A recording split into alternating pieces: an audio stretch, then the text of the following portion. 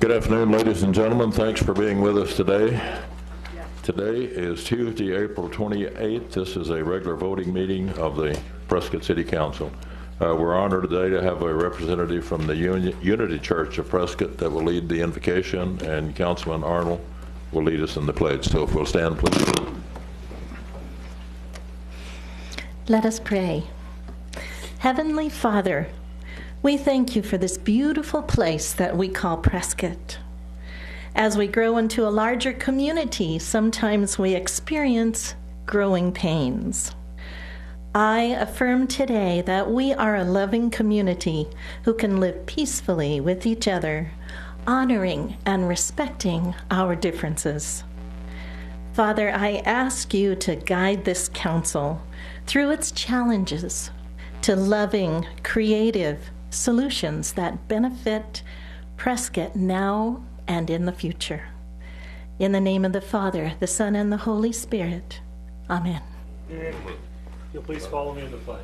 I pledge allegiance To the flag of the United States of America and to the republic for which it stands, one nation under God, indivisible, with liberty and justice for all.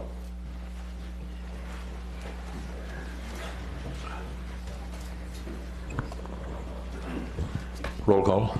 Mayor Kirkendall? Here. Mayor Pro Tem Kufnio? Here. Councilman Arnold? Here. Councilman Blair? Yes. Councilman Lamerson? Here. Councilman Lozelle?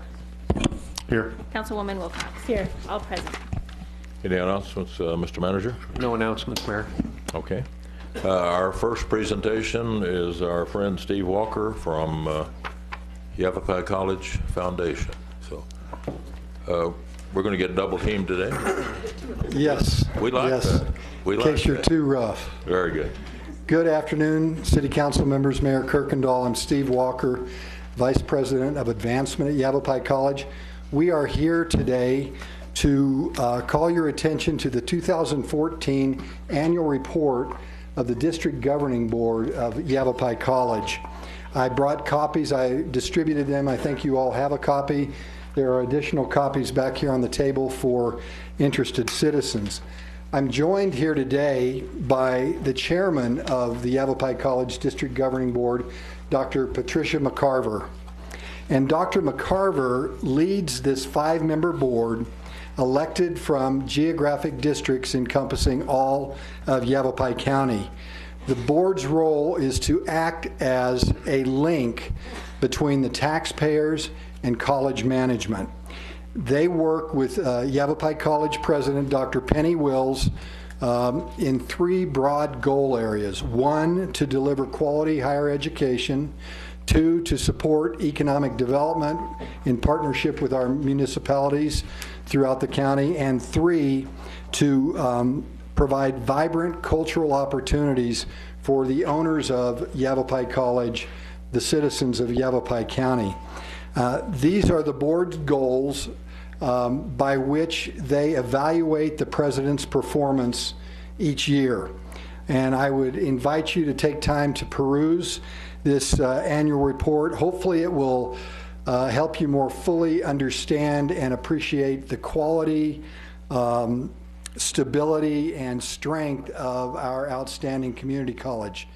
There are many highlights in the document. I pulled out a couple or 3 that I want to mention here today. 1, a statistically reliable survey conducted by the District Governing Board last year revealed that 82% of county residents agree that Yavapai College makes the county a better place to learn, to work, and to live. Yavapai College costs per student, that is the expenses that students pay to go to college at Yavapai College, are at or below the average for community colleges throughout the United States. And 3, a student satisfaction survey that was also conducted last year revealed that Yavapai College students were more satisfied with their experience at Yavapai College compared to students who were asked the same questions from the rest of community colleges in the United States. There were a number of questions that led to this finding, but some of the sample questions included, did your Yavapai College experience meet or exceed your expectations? And if you had it to do all over again, would you enroll in Yavapai College? So thank you again for allowing us a few minutes to introduce you to this first ever annual report of the District Governing Board of Yavapai College. Do you have any questions? No, sir. Counsel? No. She's welcome to speak. Anything else you'd like to say? Thank you. I didn't really come with a prepared presentation, but more just wanted to show support for what we're doing and to let you know that we appreciate the opportunities that we have to work with the city and all of the municipalities as we kind of, keep going forward with what we do at the college. And certainly our students appreciate the opportunities they have to come here and the other communities in the county. And so we just appreciate working with you and the support that we get, and look forward to some more years ahead of really great opportunities at the college. Thank you. Thank you. Now, any questions? Where's the women's and men's basketball team? Go ahead. Yeah, that's a good question. They're in hiatus for now. They were cut because of budget cuts from the state, and so it's not gone forever necessarily, but we have to be in a position to be able to afford them. And so, at some point in the future, they may come back. That's something that I know that Penny is really aware of and keeping an eye on in terms of what we can do to continue to support athletics. But at the time, that was the decision that had to be made to meet the budget constraints that we had. Okay. Anyone else? Okay. Thanks very much, Steve. Thank you. Thank you. Okay, moving along to the consent agenda, and you had a couple of items you wanted to discuss. Yes. Right? Okay. So for the consent agenda, item A, approval of minutes for the city council meetings held on March 24th, 2015. There's a couple typographical errors in the minutes, and I just wanted to read those into the record. So on the March 24th special workshop meeting on page 1, under the first bullet point, the first sentence, the word weather is spelled W-E-A-T-H-E-R, should be weather, W-H-E-T-H-E-R. And then on the regular meeting, page 14, in the third paragraph, last sentence, the word tourist should be tourist should have an S on the end, it should be tourists. And on page 15, the first paragraph, last sentence, it says he was unsure in the November election. It should say he was unsure if the November election. So those changes will be made to the minutes, but I wanted to read that into the record. Okay. Item B is the purchase of 6 each portable data collecting computers and equipment from PCS Mobile using National Intergovernment Purchasing Alliance pricing contract number NIPA CNR-0450-V3CT 120471 in the total amount of $20,510.66. Item C is the adoption of resolution number 4290-1499, approving an intergovernmental agreement with the City of Glendale to provide law enforcement and security services during National Football League NFL games and certain other major events, City Contract Number 2015-047. And the contract, a new contract, or an updated contract has been distributed to the council, and there's just some wording changes in Section 5, the indemnification section. Section 5.1, the first sentence, to the extent permitted by law, is being removed. And in Section 5-2, I'll read the new section. It says, Glendale's indemnity includes any claim or amount arising out of or recovered under the Workmen's Compensation Law or arising out of the failure of each indemnity to conform to any federal, state, or local law, statute, ordinance, rule, regulation, or court decree. That's the only change in the document. But I wanted to read that into the record also. Consent agenda item D, acceptance of grant funding in the amount of $3,000 from the Governor's Office of Highway Safety for safety belt and child safety seat enforcement. Item E, adoption of ordinance number 4933-1471, authorizing acceptance of a water easement dedication from KW Prescott LLC. Ordinance number 4933-1471, an ordinance of the Mayor and Council of the City of Prescott, Yavapai County, Arizona, authorizing the acceptance of a water easement dedication from KW Prescott LLC, and authorizing the mayor and staff to execute any and all documents to effectuate said easement dedication. And then item F, approval of purchase of ammonium lignate sulfonate from CYC Seeds LLC in an amount not to exceed $20,000, Streets and Open Space Fund. And item G, approval of rental of concrete barriers on a weekly basis from Howe Prescott Concrete Barriers Incorporated in an amount not to exceed $17,850, Streets and Open Space Fund. And that's the extent of the consent agenda. Before we ask for a motion, John, on the agreement with Glendale, and it's probably here and I missed it, is there a time frame? Or is it perpetual? It's ongoing until, the city can remove itself from it essentially, but it's just an ongoing agreement at this point. So this as much follows the agreement that we had with the Super Bowl. Right. To provide them. So right. the city of Glendale from time to time in the future may need additional help. Is that? Right. It would be the assignment of off-duty officers from Prescott. The Glendale PD would make a request, would have to be approved by our police chief or management, and then an off-duty officer could be sent down for a particular, usually a day type event or an event that would occur over a one-day period. Okay. And the cancellation provisions allow for a 60-day notice to cancel. Cancellation, yeah. Any questions in council? I just have a comment. Yes.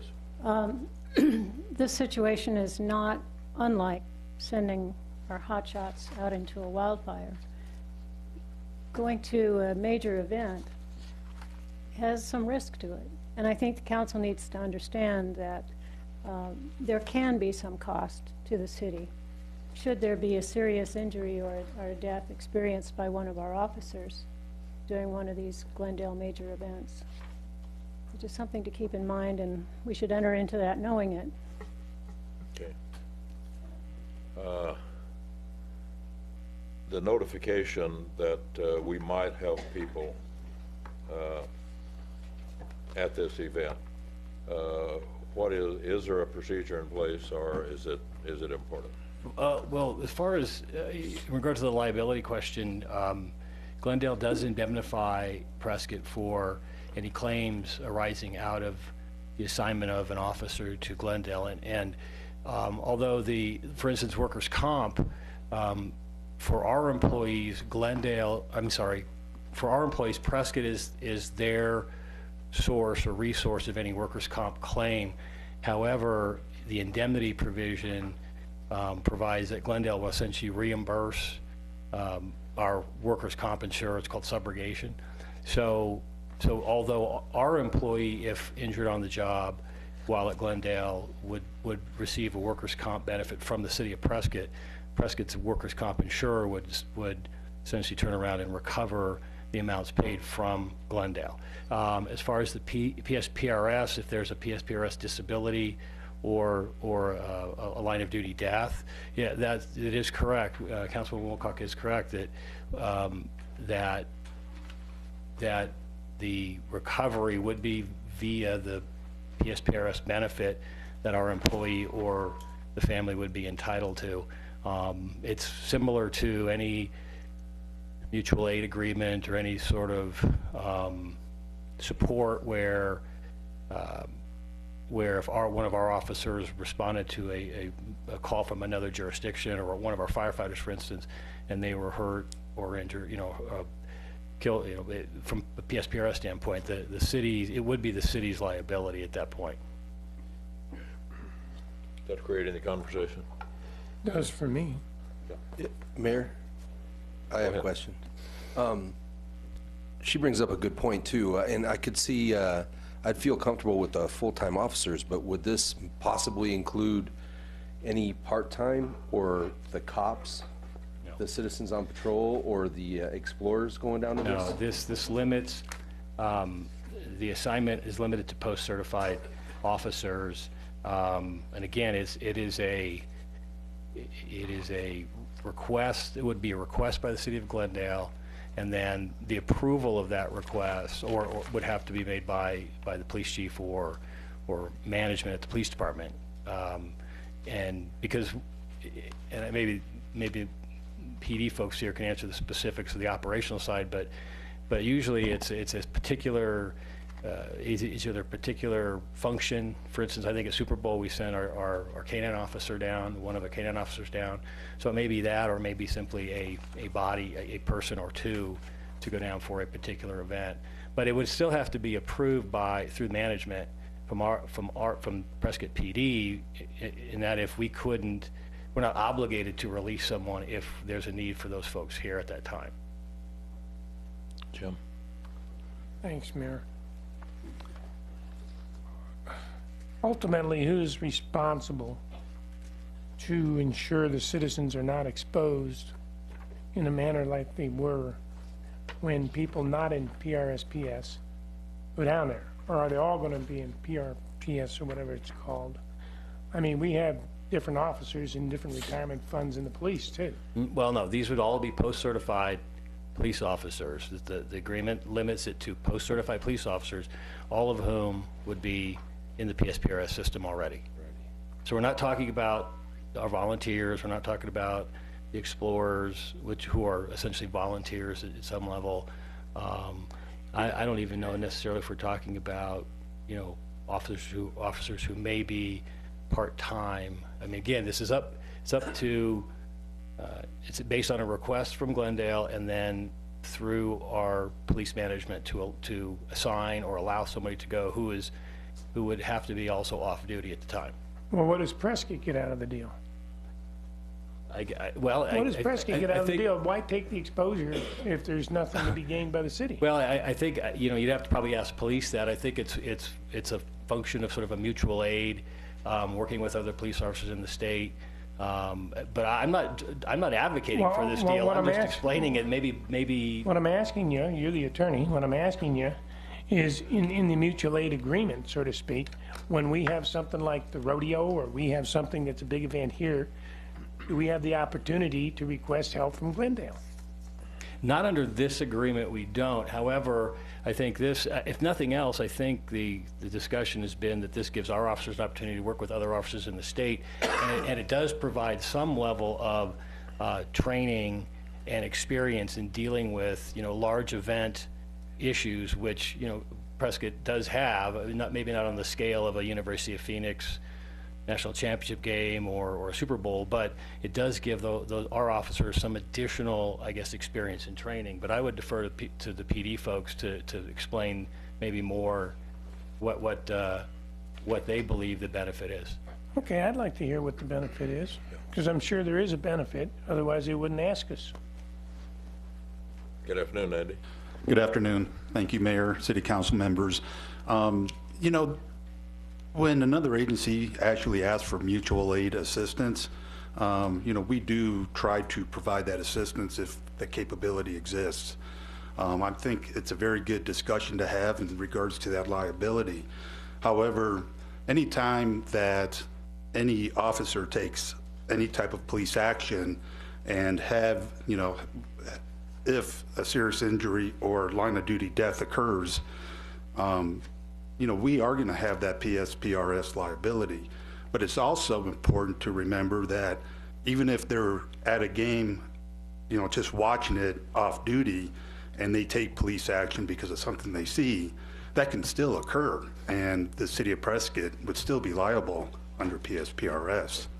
So whether they're off duty taking police action or on duty. Now, what it benefits the city of Prescott is that if we ever need mutual assistance from Glendale, like we did on June 30th, Glendale did come up and help us out. So, law enforcement does try to provide that assistance. Thank you for that clarity, Andy. Chief, also, if I understand right, a peace officer you're statewide. You're just not a Prescott PD. You also are a peace officer anywhere in the state, correct? That is correct. Andy, this is a reciprocal agreement of some type then? Well, if it's an immediate mutual aid, okay. We don't necessarily need an agreement with another law enforcement agency. Okay. This is pre-planned events where we do have to enter into an IGA. Okay. Just to be clear, it is not a directly reciprocal agreement where we have an agreement with Glendale to send officers here for our pre-planned events. This is, like I said, and again, the agreement does provide that it has to go through PD management, who gets to make the ultimate decision as to whether somebody can go or not based on the needs at on that time or at that day. Okay, but the city of Glendale will not be enacting something similar to this with us. Well, I don't believe we would need, at this point, we don't have any anticipation where we need a formal agreement like this. And these are, I think, limited to what Glendale calls mega events. I mean, we're talking Super Bowl, National Championship game, Final Four. I mean, the huge events. These are, and maybe some NFL games, but I think what they're generally talking about when they make these kinds of requests are for the sort of national type events, the level 1 events they're called. So these are I don't think these are all that frequent, because Glendale has the similar IGA with pretty much every other law or police agency in the valley too. So. Okay. Any more questions, comments? Okay. Do we have a motion? Move to approve a consent agenda items 1A through 1G. Second. Motion made and seconded. Vote, please. Passes unanimously. Okay, let's go to liquor license consent agenda. Mayor and Council, on today's liquor license consent agenda, there are 3 applications for a Series 15 special event liquor license. These applications are A, Prescott Creeks, B, Charlotte Hall Historical Society of Arizona, and C, the Fraternal Order of Eagles. All 3 of these applications have been reviewed and determined to be in compliance with city requirements.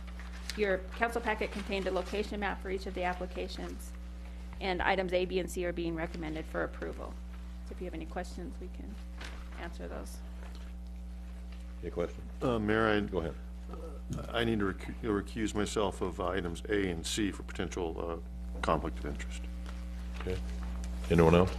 Well, Mayor, I guess I would need to do that too, being a member of the Eagles.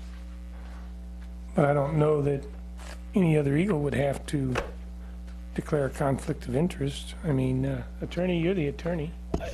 As a member of the fraternal organization, you don't, unless you're receiving some sort of financial or business benefit, then I don't believe you have a conflict of interest. Thank you very much for explaining that.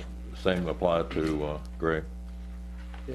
Yeah, oh yeah. He does not have a conflict either, in your opinion? Again, as strict membership alone wouldn't convey any sort of business or money conflict of interest. I understand that, but the Eagles do receive a profit from these events. Well, again, there is a sort of what's called the class exception. In other words, if you belong to an organization where there's 12 or more persons, and the organization receives a benefit, and you're a member of that class that sort of receives an indirect benefit, it doesn't amount to a statutory conflict of interest unless you yourself receive some sort of business or monetary benefit. Okay. Either of you, if you feel like it's a conflict, you've made that known. Do we have a motion to approve the liquor license consent agenda? Move to forward special event liquor license applications A, B, and C to the Arizona State Liquor Board with a recommendation of approval. Second. Motion made and seconded. Vote, please. Okay. Passes 6-0. Okay, let's move on to the regular agenda, item A. Item 3A, public hearing and consideration of a new liquor license application for a Series 14 private club license from Andrea Dahlman Lukowitz, applicant for Capital Canyon Club located at 2060 Golf Club Lane. This is a request for a new license for a Series 14 private club liquor license for Capital Canyon Club. The police department has reviewed the application and found it to be in compliance with state law, and the community development department has reviewed the application and found it to be in compliance with zoning requirements and building safety issues. The application and license fees have been paid, and the application has been posted at the proposed location for the required 20 days. No public comments have been received, and the applicant is in attendance. Okay, would the applicant like to come to the podium, please? Good afternoon. Good afternoon, Mayor, council members. My name is Andrea Lukowitz. I'm the agent and attorney for the applicant. One of the owners, Mr. Hoekstra, and the club's manager, Mr. Mendoza, are also here to answer any questions that the council may have of us. Great. Just a question that's been asked me. Well, is the course and club going to be known as Capital Canyon, or is Hacienda still going to be in the name somewhere? I believe it's Capital Canyon is the final decision. Okay. So Hacienda is no longer. Okay. Unless you want to call it that. Okay, well, we can do that. I'm sure some people will. So, well, we're glad you're here, and you're about ready to go? Have an opening day? Very close in the next couple of weeks. Super. Great. Do we have a motion to close the public hearing? Move to close the public hearing. Second. Motion made and seconded. Vote, please. Passes unanimously. Okay, now we need a motion to Thank you very much. approve the application. Thank you. Move to approve the recommendation for liquor license application number 141333012 for a Series 14 private club license for Capital Canyon Club located at 2060 Golf Club Lane. Second. Motion made and seconded. Vote. Passes unanimously. Okay, item B. Item 3B, public hearing and consideration of a new liquor license application for a Series 12 restaurant license from Erica Lynn Parker, applicant for Two Mamas Gourmet Pizza, located at 221 North Cortez Street. Ms. Parker is requesting a new license for a Series 12 restaurant license for Two Mamas Gourmet Pizza. The police department has reviewed the application, and the community development department has reviewed the application, and both found that it is in compliance with city requirements. The application and legal license fees have been paid, and the application has been posted at the proposed location for the required 20 days. No public comments have been received, and the applicant is in attendance. Okay. The applicant like to come down? Good.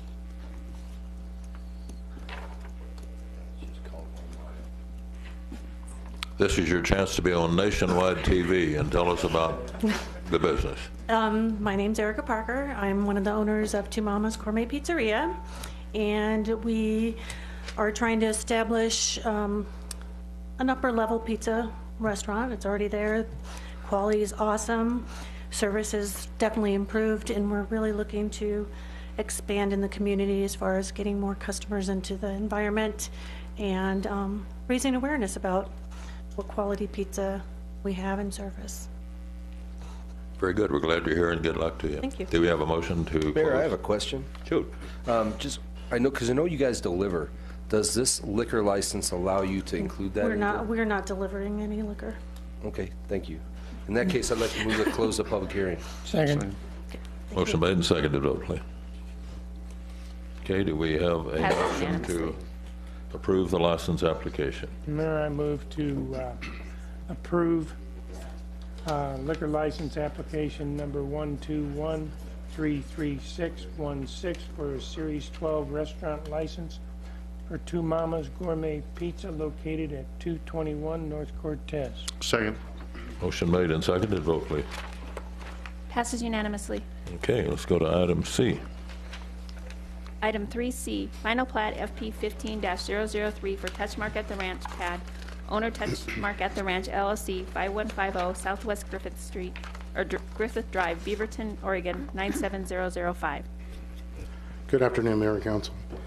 This final plat subdivides approximately a 45-acre parcel into 34 lots and 4 tracts for the development of 379 single and multifamily dwelling units, senior housing consisting of independent, assisted living, and memory care units. And just to orient you a little bit to the plat on the projector, the overhead screen, this is Walmart here, Highway 69 down here on the bottom of the page, and then north would be the top of the page. Tracks A and C comprise approximately 34% of the property, and that is designated as open space. That's located right here, and then to the northern portion of the project. And track D is the private roadway here, and there are 2 names that are proposed: Touchmark Boulevard and Touchmark Court. The single-family parcels along the eastern portion of the property adjacent to Yavapai Hills residential zone property have a 50-foot rear setback, which is twice that of the underlying zoning district requirement. And the project is in conformance with the general plan, the Prescott East Area Plan, and the ranch master plan. And the final plat meets the requirements of the development agreement and is in substantial conformance with the preliminary plat. Staff's recommendation is that you would approve the plat today. With that, I'd be glad to answer any questions that you might have. Also want to make you aware that Rick Wessel, Vice President of Development for Touchmark, is also here today, should you have any questions for him. Jim, you're first. Thank you, Mayor. This is probably a question for John. When a property is in substantial conformance with a preliminary plat, what's the legal ramifications of non-support for what they've done? Well, generally speaking, it's pretty much a ministerial or administrative decision. If it's been determined that the final plat is in substantial conformance with the preliminary plat, it's not really, there's really not much discretion at that point to approve the final plat. Thank you very much. Okay. Jean? When this proposal came before the council last May, I voted against it because I was opposed to giving $500,000 in permit fee waivers to a developer without any kind of rationale. And there was at the last minute a calculation of numbers, some of which involve construction sales tax, which now we won't be seeing as much of.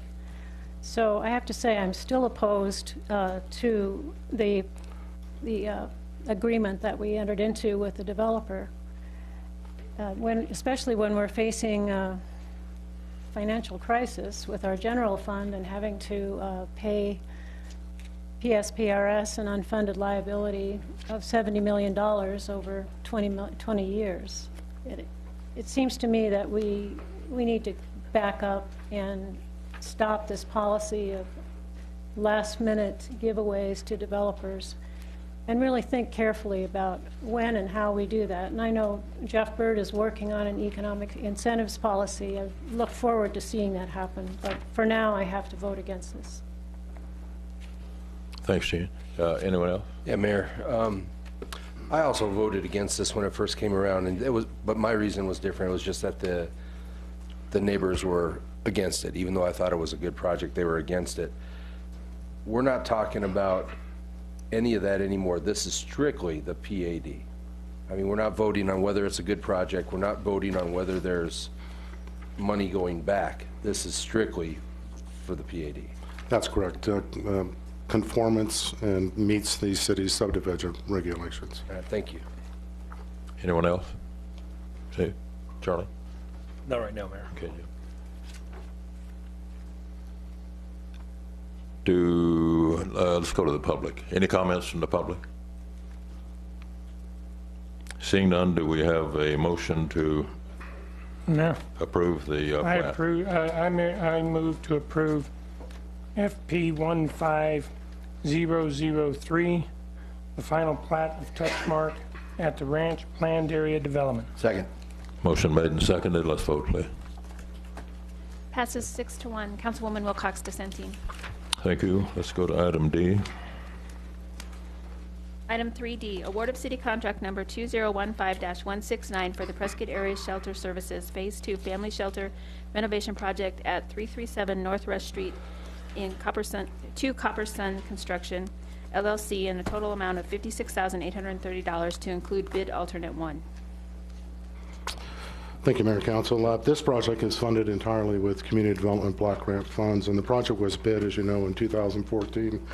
But the results of the bids exceeded the available budget at the time, so we rebid earlier this year, and 5 contractors attended the mandatory pre-bid meeting, and we received 2 bid proposals. And the project, the base bid for the project consists of repairs to all 3 floors to bring the building up to code, including new egress windows and ADA bathroom. And the bid solicitation also included 6 alternatives, which we've outlined in the staff memorandum. And bid alternate 1 is for the installation of a fire sprinkler system. And although this is not required by code, it would significantly enhance the safety of the shelter operation.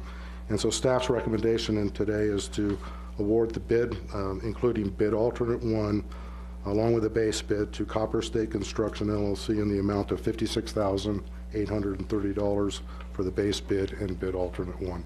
And with that, I'd be glad to answer any questions that you may have. Questions, council? Comments? Anybody? Any comments from the public? Good afternoon, Dan. Good afternoon. My name is Daniel Matson. I live on Merritt Street. We've been looking forward to getting this done for quite a while. When I say we, I'm not on the board or the organization or anything, but I do work with them a lot. And we need this facility up and running in the worst way. And it's a very good concept, and the whole idea behind it is giving people an opportunity to have a place to stop and save up their money and get ready to move on to a more permanent, productive living environment. It has not anything to do with drug or alcohol rehab. It has nothing to do with bringing people in from out of town. This is to help people down on their luck in the Prescott area get back on their feet. And I would hope that it gets approved immediately, and every opportunity to speed things up should be taken. Thank you. Thank you, Dan. Okay, Council, do you have a motion? Move to award city contract number 2015-169 to Copper Sun Construction LLC in the total amount of $56,830 for the base bid and bid alternate 1. Second. Motion made and seconded. Vote, please. Passes unanimously. Okay. Item E, when you're ready. Item 3E, adoption of resolution number 4284-1493, providing for centralization of wastewater treatment for system capital planning. Okay. Afternoon, Joel. Good afternoon, Mayor and Council. On March 3rd, 2015, Prescott City Council was presented with alternatives for the future of wastewater treatment here in the city of Prescott. The presentation addressed capacity limitations that is facing the Sundog wastewater treatment plant, as well as options for improvements.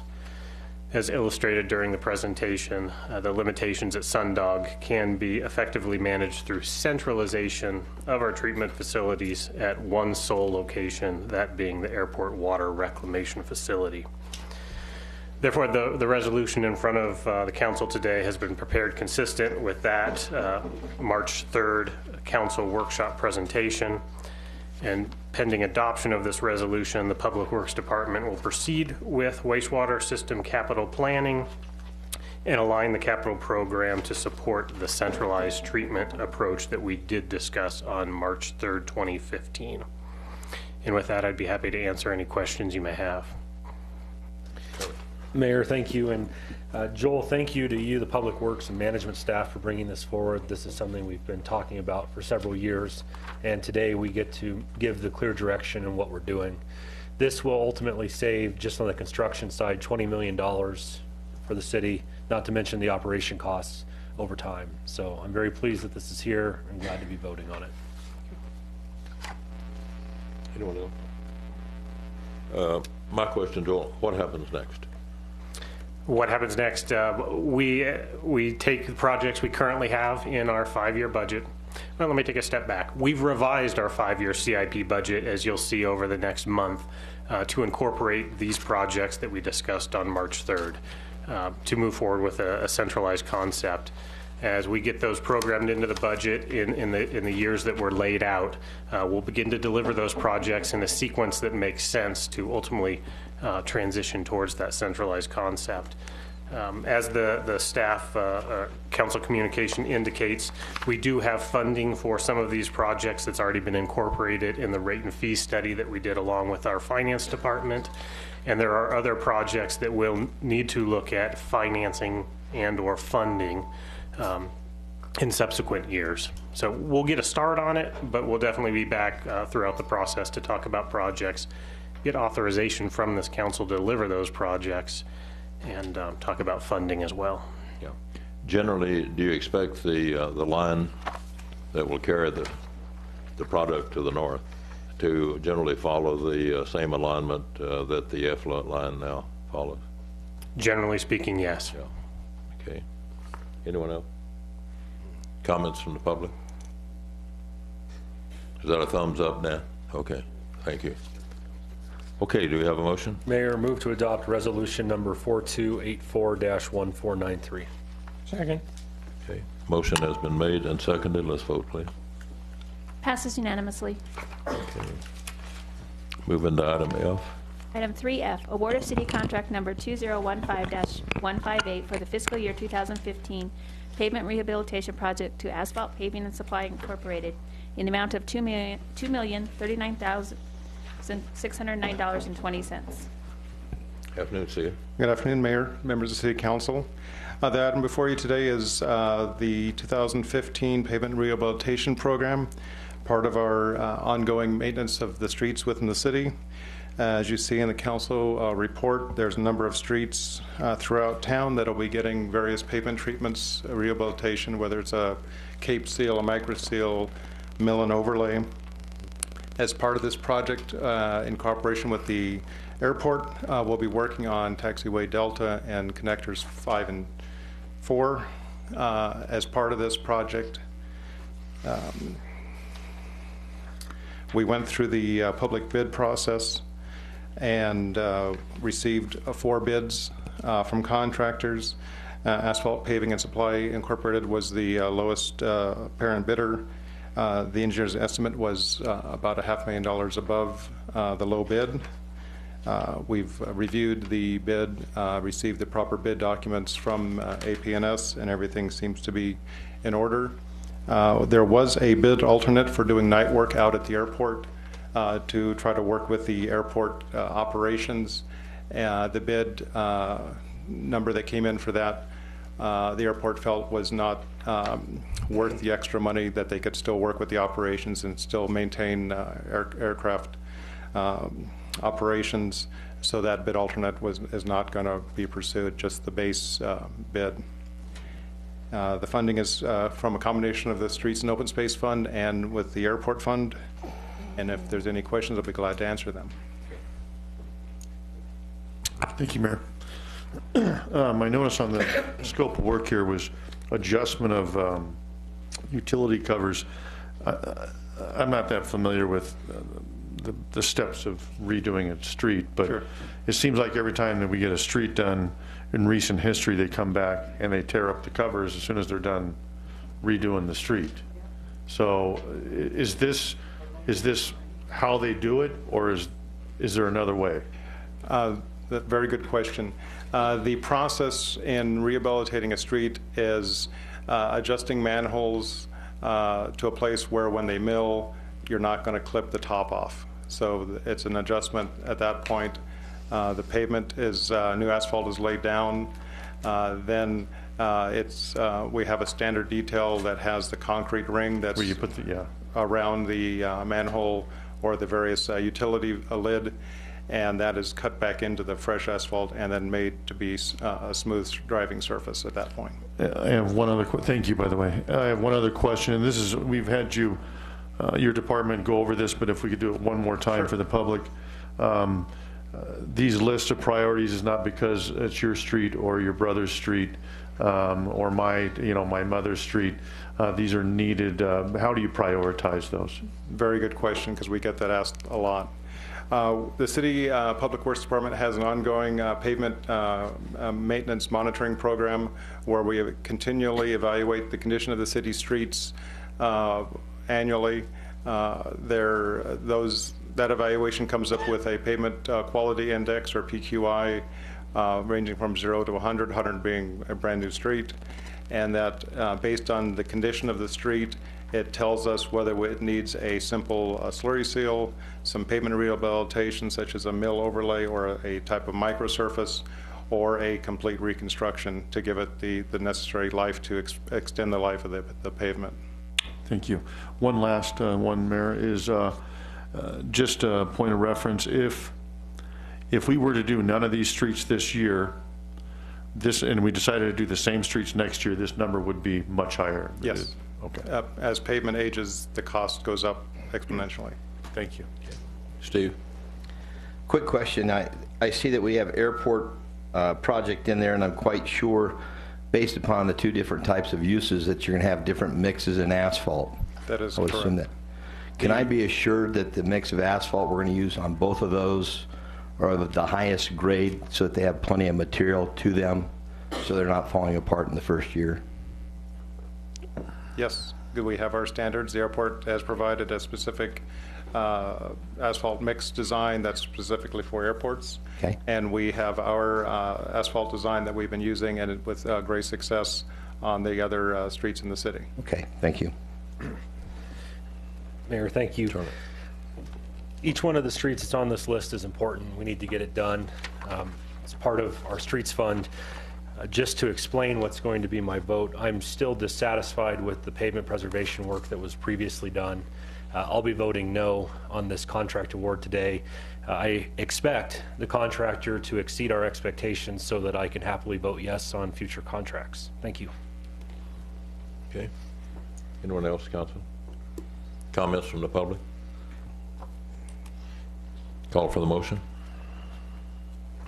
Move to award city contract number 2015-158 for the fiscal year 2015 pavement rehabilitation project to Asphalt Paving and Supply Incorporated in the amount of $2,039,609.20. Second. Motion made and seconded. Vote, please. Passes 6-1. Councilman Arnold dissenting. Okay. Let's move on to item G. Item G, award of city contract number 2015-155 with Aztec Engineering Group Incorporated for engineering services for the Darby Creek Way reconstruction project in an amount not to exceed $25,682. Thank you. This item is for a professional services design agreement with Aztec Engineering for the reconstruction of Darby Creek Way, which is in the Black Hawk subdivision neighborhood. This is for the design and post-design or / construction services for that project.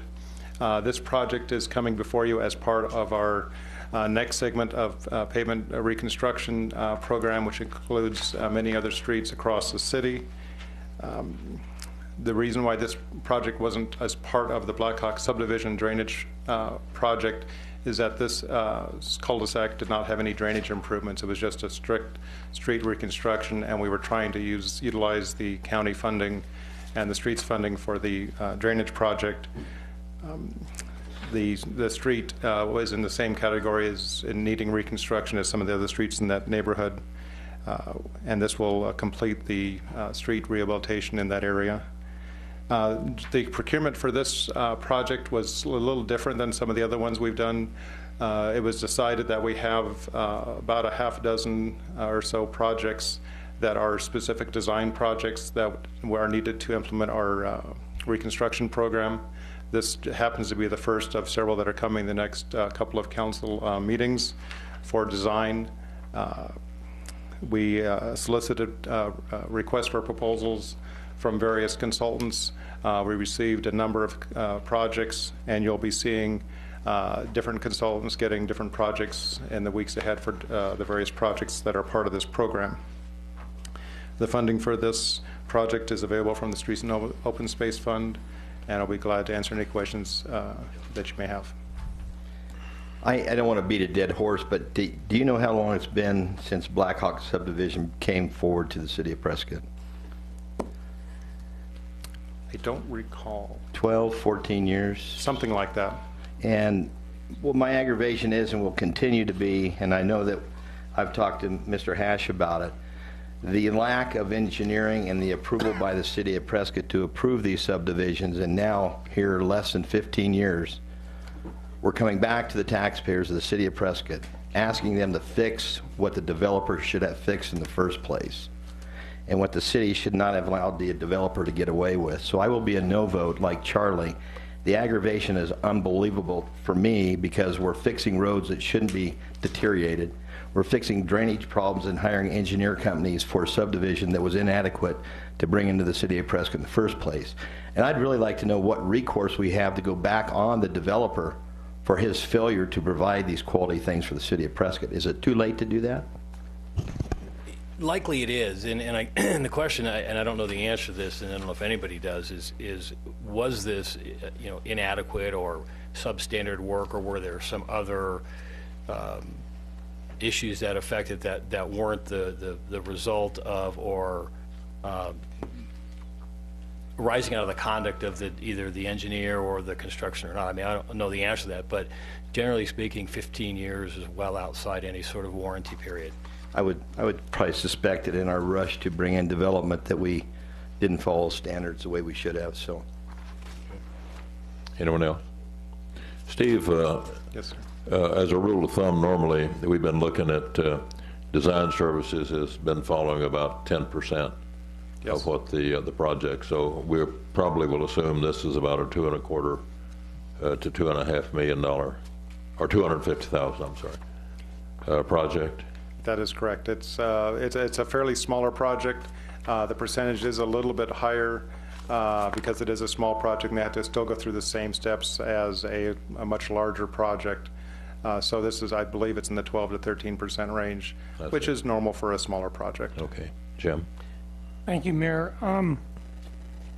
Unlike my fellow councilman, you know, things change in Prescott and have for the last 35 years, 36 years. You know, you got all kinds of things changing, including standards and codes and what have you. And I would have a tendency to think that somebody at a given time that worked for the city at a given time inspected and gave a seal of approval based on conditions at a given time. And today, those things are woefully different than they were back when this was done. Very similar to Copper Basin, very similar to Park Avenue, very similar to blah-de-blah-de-blah.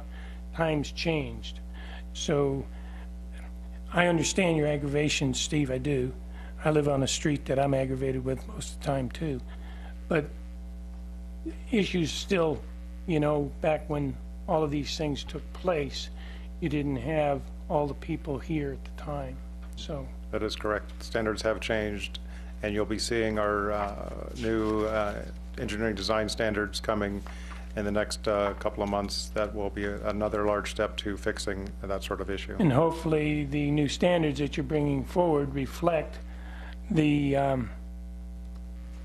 projection of interference with drainage due to rooftops and streets, that it diverts water from going where it would have gone to begin with, which changes lots of things downstream, so to speak, downhill, whatever you want to say. Correct. There is a very significant drainage portion component of these standards. There's a whole drainage criteria manual that addresses a lot of these drainage issues. And our inspection standards have gotten much better.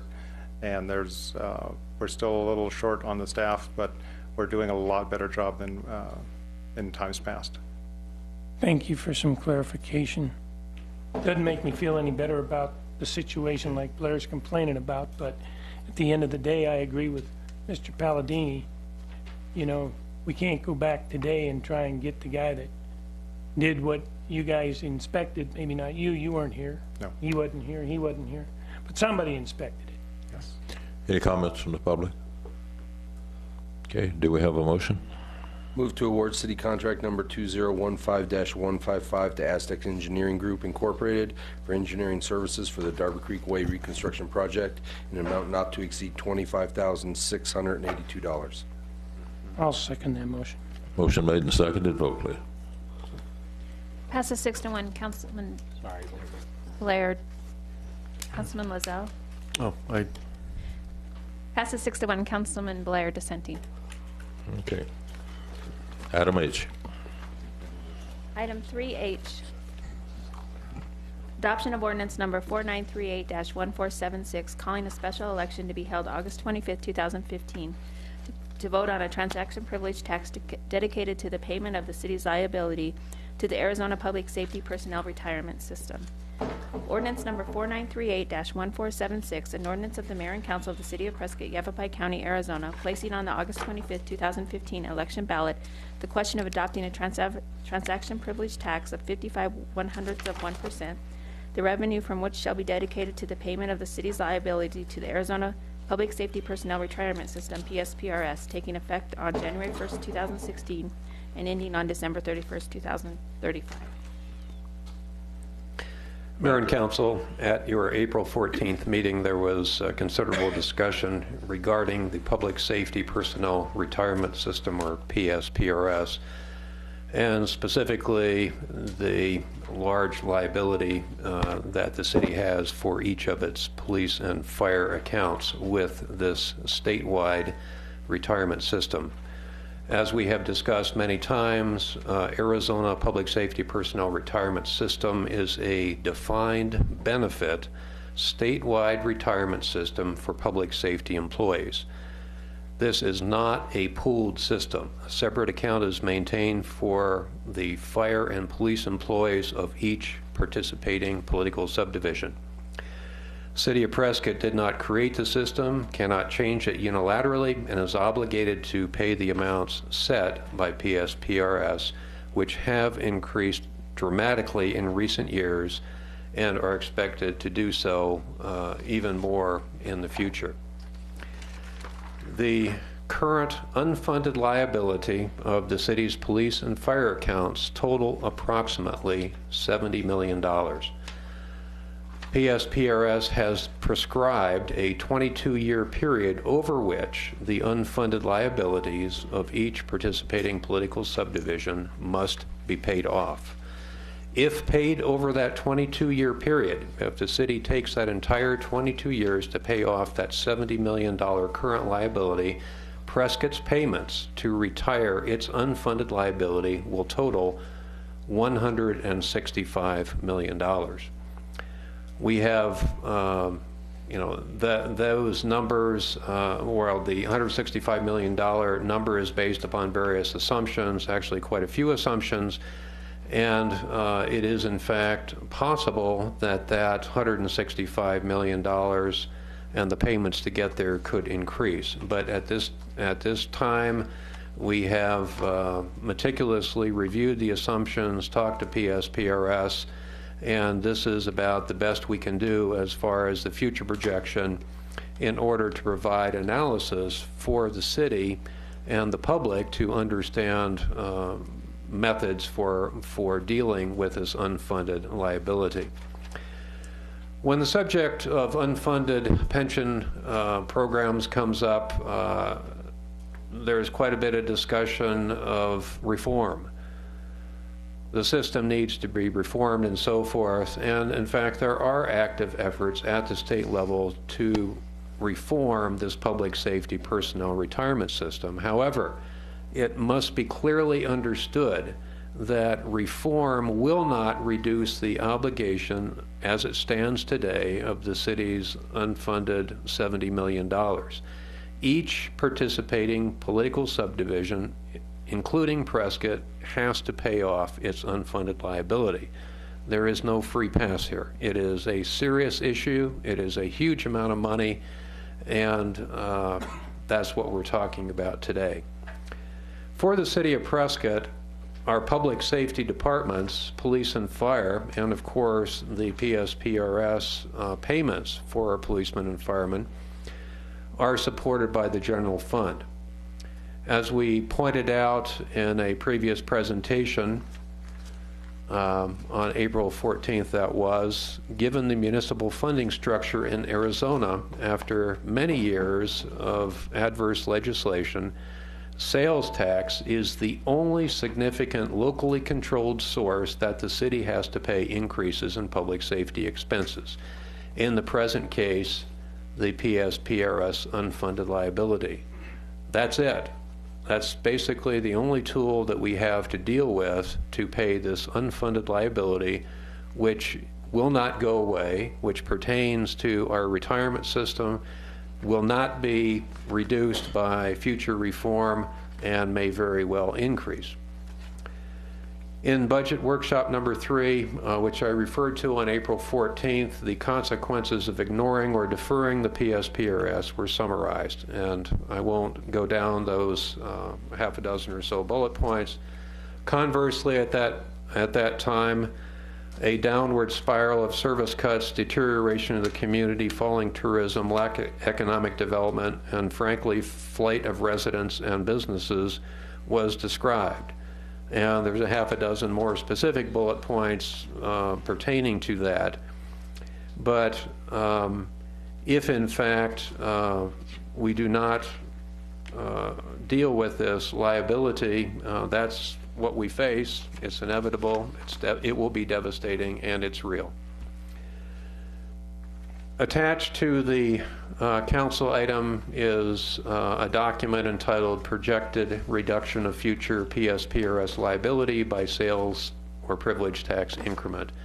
Basically, that is a listing of alternatives for different sales tax rates that would directly address the unfunded liability issue. The funds that would be collected would be in a restricted account and could only be used for that purpose. As I mentioned, there are a lot of assumptions with respect to the calculations of these pension systems. We don't know how close our tax collections are going to be.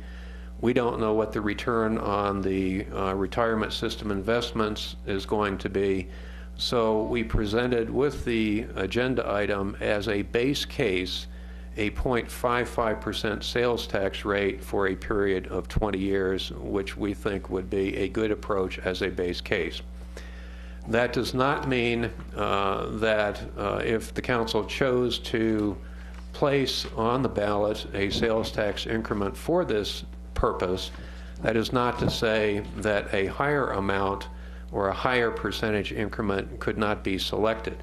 The effect of that would be to pay off this unfunded liability more quickly in a lesser number of years. In the event the payoff of the liability is more rapid than 20 years in this base case, the City Council serving at the time could place a measure on the ballot for early sunsetting of the tax by the voters. I do want to stress that that should this go on the ballot and should it pass, all of the monies would be placed in a restricted account for public safety system liability and would not be available for any other purpose, period.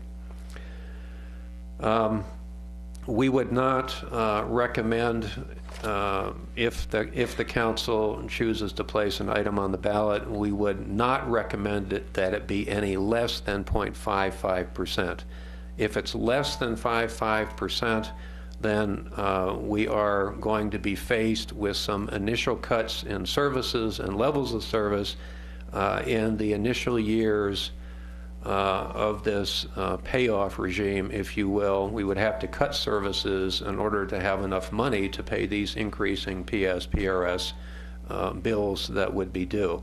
But at 0.55% or more, we would be able to maintain present services which are supported by the general fund, which we have explained many times consist of police, fire, library, recreation services, and very minor extent general government. If council elects to place an item on the August 25th, 2015 election, which, as we know, is the date of a regular candidate primary election, the ballot language will be due on May 27th of 2015. The last regularly scheduled council meeting to adopt an ordinance, should you decide to adopt an ordinance, would be actually May 26, 2015. From council discussions, I think we all realize that time is of the essence.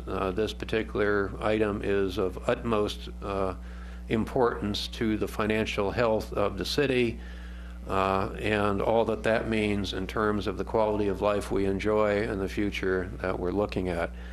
So with that, you do have an ordinance which has been provided, as I indicated.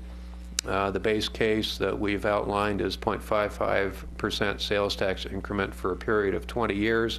However, it is at the discretion of the city to modify that to another percentage for a different length. And with that, if you have any questions, we can address them at this time. Jane? Thank you, Mayor. I'm just not buying it at all. I think we have a responsibility to question the unfunded liability numbers given to us by PSPRS. And the reason I say that is there are signs of mismanagement by the PSPRS board at the state level that we can't ignore. If you go through the history of what's been happening the last few years,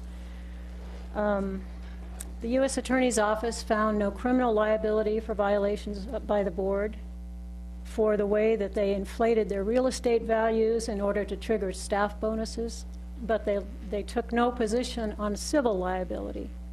There could be some civil liability there on the part of the board.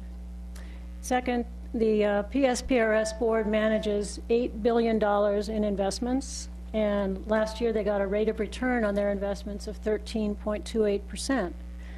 If you compare that to Arizona State Retirement System, which is a different system but also for public employees, ASRS manages 4 times that, $35.6 billion, and they got a total rate of return of 18.6% in the same period of time. So why can't PSPRS manage their investments better? Are there too many risky real estate deals going on? PSPRS overspent its budget for legal fees by $1 million this fiscal year. And these are just legal fees to pay outside lawyers to review their investment deals. That doesn't account their in-house counsel, who also reviews their investment deals. Another sign of mismanagement, James Hacking, their former administrator, was forced to retire last year after it was discovered that he secretly granted pay raises of up to 27% to 5 staff members without the statutorily required approval of the Department of Administration. Something is wrong up there at the state level, and I'm just not buying the numbers that they're handing to us. The numbers were wrong before, so why should we trust that they're accurate now? If you look at the assumptions that are listed in the actuarial report by the consultant, they are assumptions, and assumptions can be different from reality. Even the consultant said so in the report. In the October 2014 report, they state future actuarial measurements may differ significantly from those presented in this report due to factors such as actual experience differing from actuarial assumptions. The closest thing I can analogize this to is if you've ever sat down with a real estate agent to look at buying a whole life policy, they give you this nice spreadsheet of how much money you're going to, the value of your policy and how much money you're going to earn over a period of 20, 30 years during your lifetime.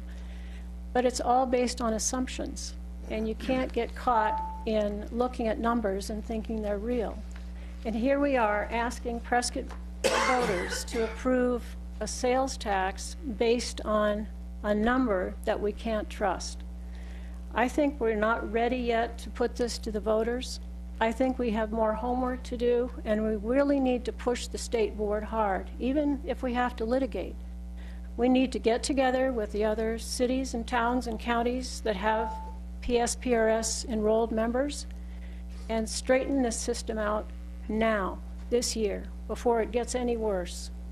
If it takes a constitutional amendment, we go for it. Hopefully it doesn't. We know that the Arizona League of Cities and Towns is working on pension reform. We need to work more closely with them and get on board with that, because Prescott is one of the most hard hit in terms of unfunded liability. So we have a big stake in the game, and we should be in there.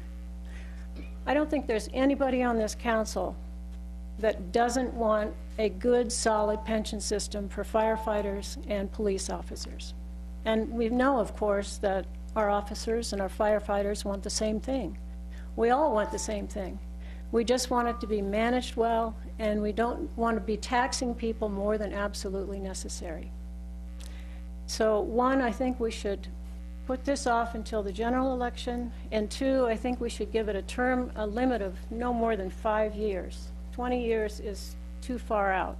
While we could always ask the voters to repeal it later on, that's a lot harder than going back and forcing ourselves to re-examine the numbers in 5 years and asking, do we really need another sales tax? Thanks, Gene. Steve? Mark, if I could, or city manager, there's 5 options, or actually 6 options here for the payment of this unfunded mandate. And what I'd really like to see, based upon the other communities, what our percentage is and how those tie into each community. In other words, if we end up going with a 0.65 and the 1% street tax passes, and we have a 2, we already have a 1, and then we have another 1, and then we have a 6.5. So now that we're at 2.65, where does that put us against the other communities? Do you have that? I know you showed that breakdown before of where we're at today. I think it's important for our development community, our business community, to know what we're doing and how it might affect their business, and moving people out of the city of Prescott to go somewhere cheaper that pay a less expensive sales tax. And I'm concerned about that, and while I'm talking about that, I also am concerned, Mr. Palladini, I don't know law, but I think it's absolutely criminal for us to have to pay interest on top of a failed debt. I think that's just bizarre. I mean, you know, when you start talking about my investments in the market, I don't have anybody that makes me whole or reinvests in my life or my standards. And even so, if that's being done on a state level and guaranteed by the Constitution, where in the Constitution does it say that the failed investments can now go back to the taxpayers and be charged a percentage of interest to make that fund whole? That is the biggest bunch of crap on this earth. And as far as I'm concerned, I think I agree with Gene on that level, that we sue the state of Arizona, the PRPS board, for charging these communities interest on top of a failed fund. That's just crazy. I don't know how you take it where you need to take it, but I'm one that would support that. I understand losing in the market because failed investments, but there's something criminally wrong with the way that management group has managed our firefighters' monies and the taxpayers' monies that help pay for our firefighters and police department for doing a good job. In the end, we're all losers in a way, and frankly, as far as I'm concerned, when it bankrupts this community, which it very possibly could do, I think whoever put this system together and is unwilling to look at it and change it, they should be held accountable. Well, I'll let Mark address the issue of the actual liability and where that arises from. A public safety retirement system has been in place roughly, and there was a predecessor to it since about, I think, 1968, Prescott being one of the first cities to actually join in that system. As the city manager indicated, the liability is an individualized liability. It's not pooled. So the recent case that came out, the Fields case, where there was an attempt to change or lower the guaranteed increases every year. In that case was for the elected officials fund, which is also run, PSPRS runs essentially 3 systems of public safety, the elected officials and the correction officer system. In each of those, there's essentially an assured increase every year of something like 8% cost of living increase.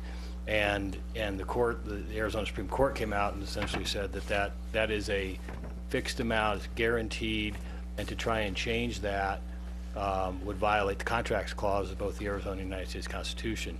So, you know, that liability, and like I said, I'll let Mark Woodfill address sort of how the numbers got to where they are, but the system is currently set up in such a way that the liability is individualized, unlike the Arizona State retirement system where it's pooled. So everybody is, you know, all of the costs essentially are pooled amongst all of the member cities, towns, counties, and even the state.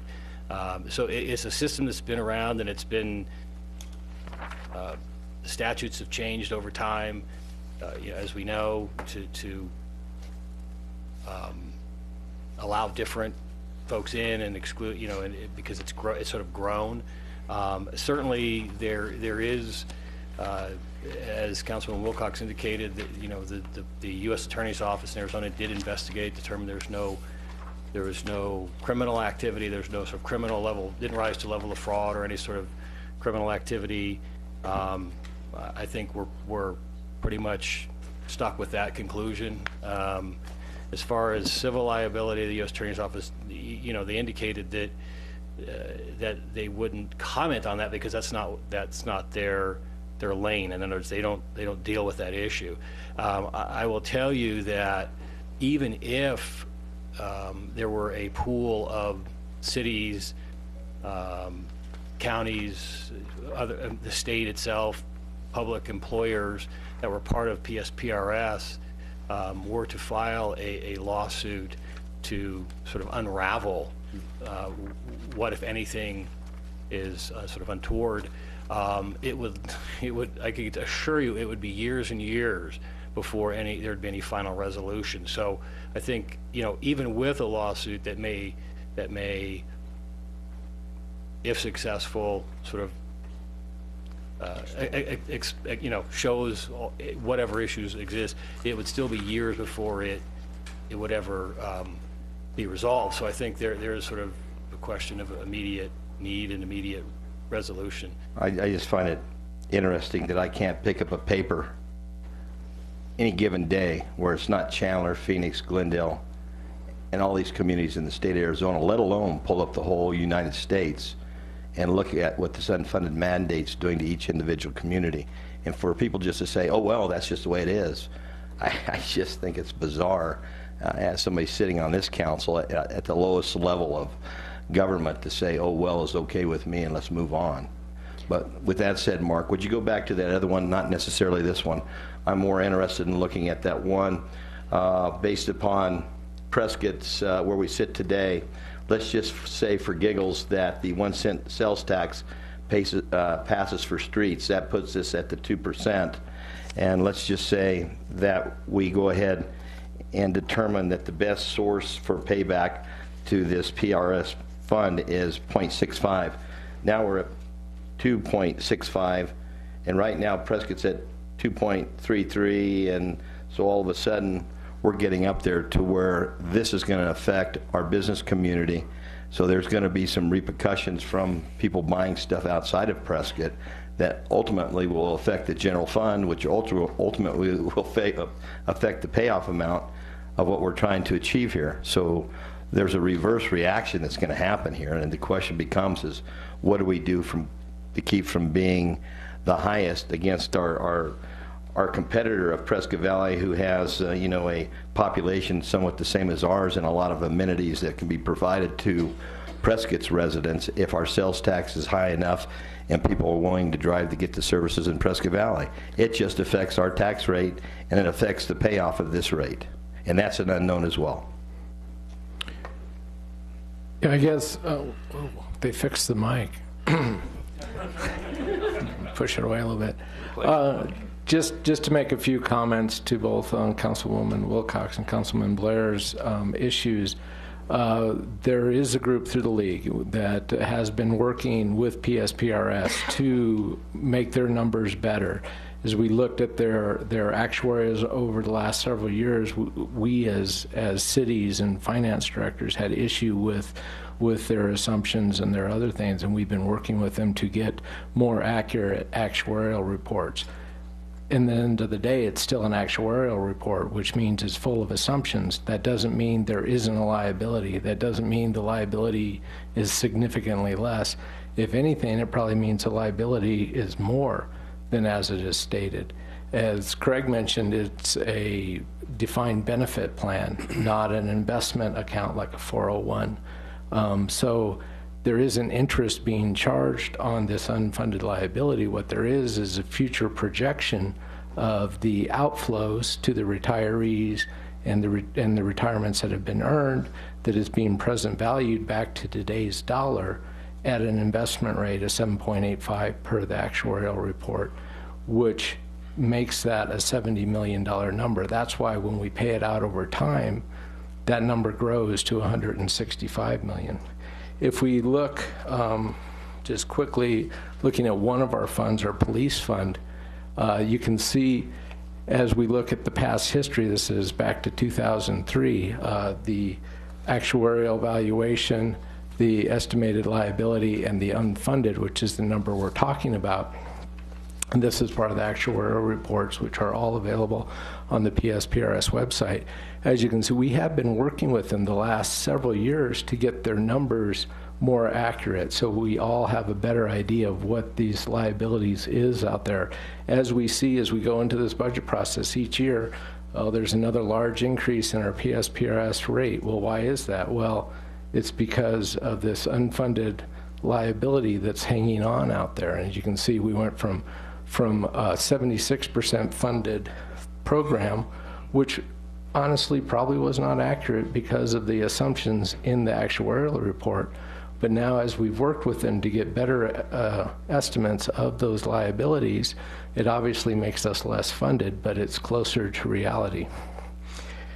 As Steve mentioned, you can look across the country and you see this problem, and that's prompted the Governmental Accounting Standards Board to implement a couple new accounting standards, GASB 77 and 78, I believe, in that range, which are all going to be in this year's comprehensive annual financial report, which will require the booking of these liabilities by all government entities on the face of their statement.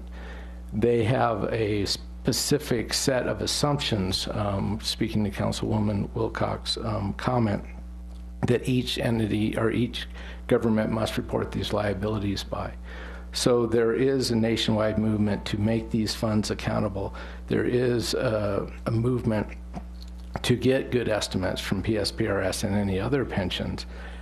There is also a significant movement, as I'm sure all you're aware, through the League and the Government Finance Officers Association of Arizona, to get pension reform. We're presenting the changes we feel are necessary and those type of things, which is happening and will be happening over the next year or two as we push this pension reform. It's not something that can be fixed immediately.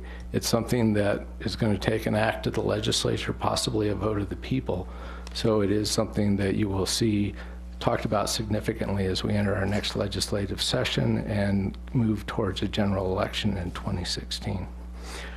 To Councilman Blair's comment, yes, we're at 2% if the streets tax passes. We'll be at 2.55 if council puts the lower increment and it passes. That puts us 0.22 100ths over Prescott Valley. I guess, everybody has their own opinion whether people are going to drive that far, to save that level of money. That's a call. That's not a huge differential. Right now, we're 33 100ths lower to them. And I would also add that they're going to have to deal with the same thing. They have a police force. They don't have Central Yavapai, but they have a police force and they have a road system just like we're dealing with. So when we talk about the future, it's always about assumptions. It's about the best assumptions and the best quality information we can bring to bear on the projections so we can make rational business decisions and not avoid the issue. And to expect that Prescott Valley is going to be 2.33% forever, it's just not going to be. It's going to be higher as well, because Prescott Valley is a municipality in the state of Arizona just like we are, and everything has been taken away except sales tax. And that's the bottom line. I cannot stress enough that we can stand back and wait for things to happen, but we will not avoid an unfunded liability on the scale of what we're talking about, number one. Number two, if we expect the state retirement system to make us whole or correct for past errors, they have no assets. There is nothing to recover from. It is not General Motors or IBM or some bank of the Netherlands. It is the retirement system that is simply a board that manages assets for the purpose of providing retirement benefits. They don't have a bank account with $100 million or $500 million or $1 billion, because if they've erred for Prescott, they've erred for everyone. And so at the end of the day, there will be nothing to gain in terms of relief. And so we have the choice to talk about it, do something about it. We have pointed out quite clearly, and we will point out much more clearly in the upcoming budget sessions, that if we do not deal with this issue, and we do not deal with it this calendar year, then on January 1st of 2016, we are going to, of necessity, have to make cuts unless the city goes to court and gets an injunction and somehow we don't have to pay anymore. But on the other hand, there will still be people retiring, there's still benefit payments that have to be made and so forth. So I just don't think we can count on any kind of swift relief that is going to be relevant to the challenge we face. And so on January 1st of 2016, if we don't have a plan, if we don't have a means of doing it, we are going to be cutting. And we made it quite clear on on April 14th what that would mean. What it would mean, within 2 years, we would have had to cut expenses equal to the operating budget of the library. As we said, we're not talking about cutting the library and closing the library, but we would have to have $2 million, come up with $2 million, which is the operating budget of the library. That's how serious this is. If we don't take action, there will be cuts. We cannot be running deficit spending here. Great. Thank you, Mayor. I agree with you, Gene. There's something rotten in Denmark, and I think we should look further into that. But said that, I think we'd be remiss not to be prepared. And it could be lengthy, like our attorney says, even if we go that course. I think it's the most responsible course to our citizens of Prescott to prepare for that, and then we're not voting on it. We're just going to put it on the ballot. They're going to determine whether it's a priority or not. Just like our next subject coming up, and obviously the road tax is going to be up to them to decide that. I'd also like to make it clear that we keep talking about general fund. This wouldn't include the sewer and water, because that is an enterprise fund. It takes care of itself through FAID. And this is for everyone else. The airport takes care of itself because it's an enterprise fund, and the golf course. So that's why we keep saying parks, rec, and library and other amenities that are coming out of the general fund. We also have to be very careful if we put this on the ballot. If we want it to go through too high, they may just say no because of if it's 0.65, 0.75, heck, they may just say no if it's 0.15. But not only what Steve was saying is it takes our competitive edge off, but I think that number, whatever it is, needs to be thought through carefully. Charlie. Mayor, thank you. Mark, would you take these for me and put them on the overhead? Thank you.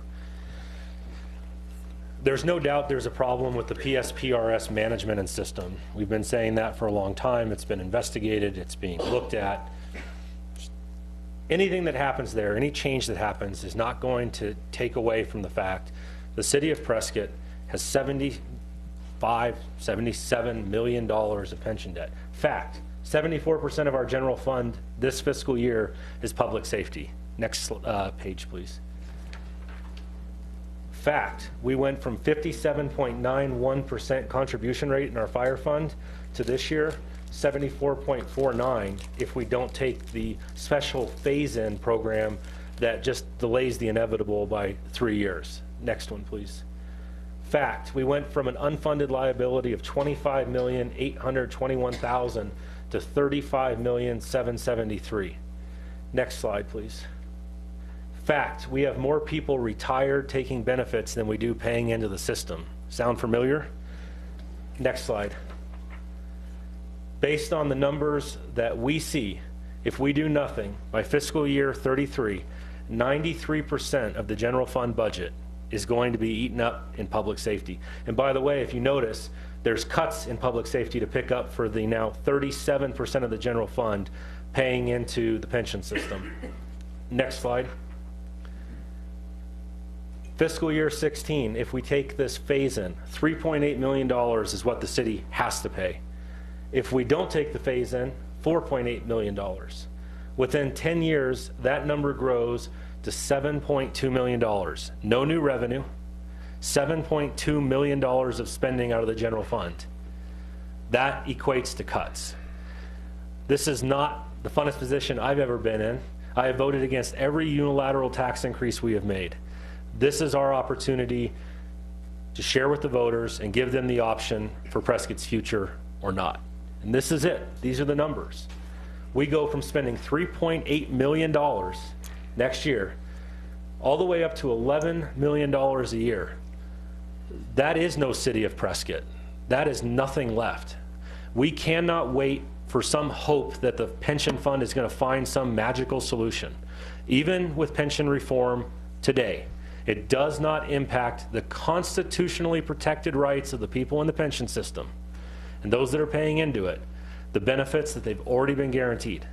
It only is going to change for new hires. We have a $77 million problem that's going to be $167 million. My preference, my position is that 0.55 over the span of between 16 and 20 years is the solution to pay this off and to give Prescott a future, to guarantee that the Prescott we know is going to be the Prescott we want for the next 20 years and beyond. If we do nothing, that doesn't work. I can't wait another year. So I'll be voting in support of putting an item on this ballot for the primary in August. Thank you, Charlie. Jane? Thank you. A couple of points. When we're comparing our competition in the sales tax rate, we really need to look at the higher priced items that people want to buy. Cars, high-end appliances and things like that. I think there's a misperception that they can go to Phoenix and get a better deal. But if you look at the sales tax rate in the Phoenix municipalities, most of them are higher than ours are. And I had an interesting conversation with a gentleman who works for one of the major car dealers in Prescott, who said he actually has people driving up here from Yuma to buy a car at their dealership because they can get a better deal. And they want to come up to Prescott for a nice weekend. So the car dealership throws in a night at a hotel and a dinner. What a great way to bring in more business. I really don't think that the sales tax is something that is for first and foremost in somebody's mind when they're choosing where to shop. I can't believe that somebody who likes to shop at Fry's, who lives in Prescott, would actually drive all the way out to Prescott Valley to shop at their Fry's to save a few hundredths of a percent. It doesn't make sense. So I'm not that worried about our competitive edge if we raise our sales tax rate somewhat, or even if it's higher than Prescott Valley. And the second point I wanted to make is that PSPRS must have insurance that covers breach of fiduciary duty. And that's a source of money that could be tapped to lower this unfunded liability or to make whole the problems that they've created. So I don't think it's true that they only have the money that we see in their $8 billion of assets. Third point is, if we encourage people to buy locally, we would be generating more sales tax, which goes into the general fund. And I would strongly support this council getting on board with a buy local program as a marketing tool. I think that would make a huge difference. And this idea came from a retail shop owner who came up to me and said, you know, Gene, if people just bought 13% more, you could raise all the money you need for open space and streets. You know, he's right. Let's buy local. Jim? Thanks, Mayor. I agree with a lot of what I've heard today on this subject. You know, I agree with cause and effect consequences of different things that we pick to do up here. I also remember a time frame in history when Prescottonians, regardless, and I don't mean it lightly, but regardless of which agency was extracting the money out of our citizens, we were paying 9.35% sales tax in the city of Prescott. I didn't see a whole bunch of car dealers go out of business. I didn't see a whole bunch of retailers go out of business. I didn't see a whole bunch of restaurants or hotels or anybody else shut their doors because we were collecting 9.35% sales tax. What I do know is that 9.35 would lower the time frame projected. And I agree with Gene, I agree with Steve, I agree with, what's his face down the end there, Lizelle, that all these are projections and estimates and all that other stuff. But the numbers being used would project that this community could pay off the so-called debt within 7 years, if indeed something doesn't happen down at the legislature to change within the 7 years, but the language could be structured to protect this community. If you paid it off in 7 years rather than 20 years, the taxpayers and residents of this community would save over $70.9 million of projected expenditure over 20 years. So if we chose an avenue of 7 years in the plan rather than 20, we would be actually committing or paying less, $70 million. That's a lot of money. So I'm just throwing that out there, that while I agree we need, as Mr. McConnell says, we need to have a plan, I think the plan should be more aggressive than timid to address what we have to take care of. But I agree with Gene, we need to be very judicious in how we look at this and approach potential litigation. Somebody goofed up, that's probably a fact. And I don't know that anybody went out and mismanaged on purpose. I am not a lawyer. I don't know if operations like the pension fund board has errors and omissions insurances and all this other stuff or not. What I do know is that the community has to have a plan sooner than later on what to do and how to address it. And if we're going to ask the voters, let's ask them based on the truth. The truth is, we've been told, and I think the court has already weighed in on some of this stuff. I think that's what I heard you say, Palladini, was that the court weighed in and said, hey, you guys got to pay it. Okay. What we've got evidence for at least 3 years that we sustained a 9.35% sales tax here in Prescott. I think it was 09, 10, and 11. If you revisit that issue and you dedicate that money, unless something along the way changes, which you can build into the body of the language of the deal, to where you can lower it again, if they figure out that they were wrong and things changed. But again, like McConnell, I don't trust any of these people down there. And I don't depend on them to change anything because I don't think they're gonna. And what I do know is the court said we got to fix this. And if we took that avenue, our citizens are only going to have this noose around their neck for 7 years and not for 20. So that's where I'm at on this. I would rather be more aggressive than timid. Chris? Mark, last slide, if you could, the last one you're on. This one? Yeah, and Steve, when you look at this, I think it's pretty misleading because for the citizens of Prescott, their 2% gets them fire protection. For the people in Prescott Valley, Chino Valley, they have to pay Central Yavapai Fire District. And on a $200,000 house, that's $580 a year.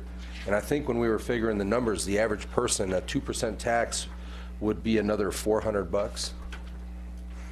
So, I mean, it's just, when you look at this graph, it's kind of misrepresenting what you get for that money. If we raised it up, yeah, the sales tax would be higher than PV, but in actuality, the citizens of PV and Chino Valley are paying a lot more because they have to put out for fire protection as well. I appreciate that, Chris, and just sitting here listening to everybody.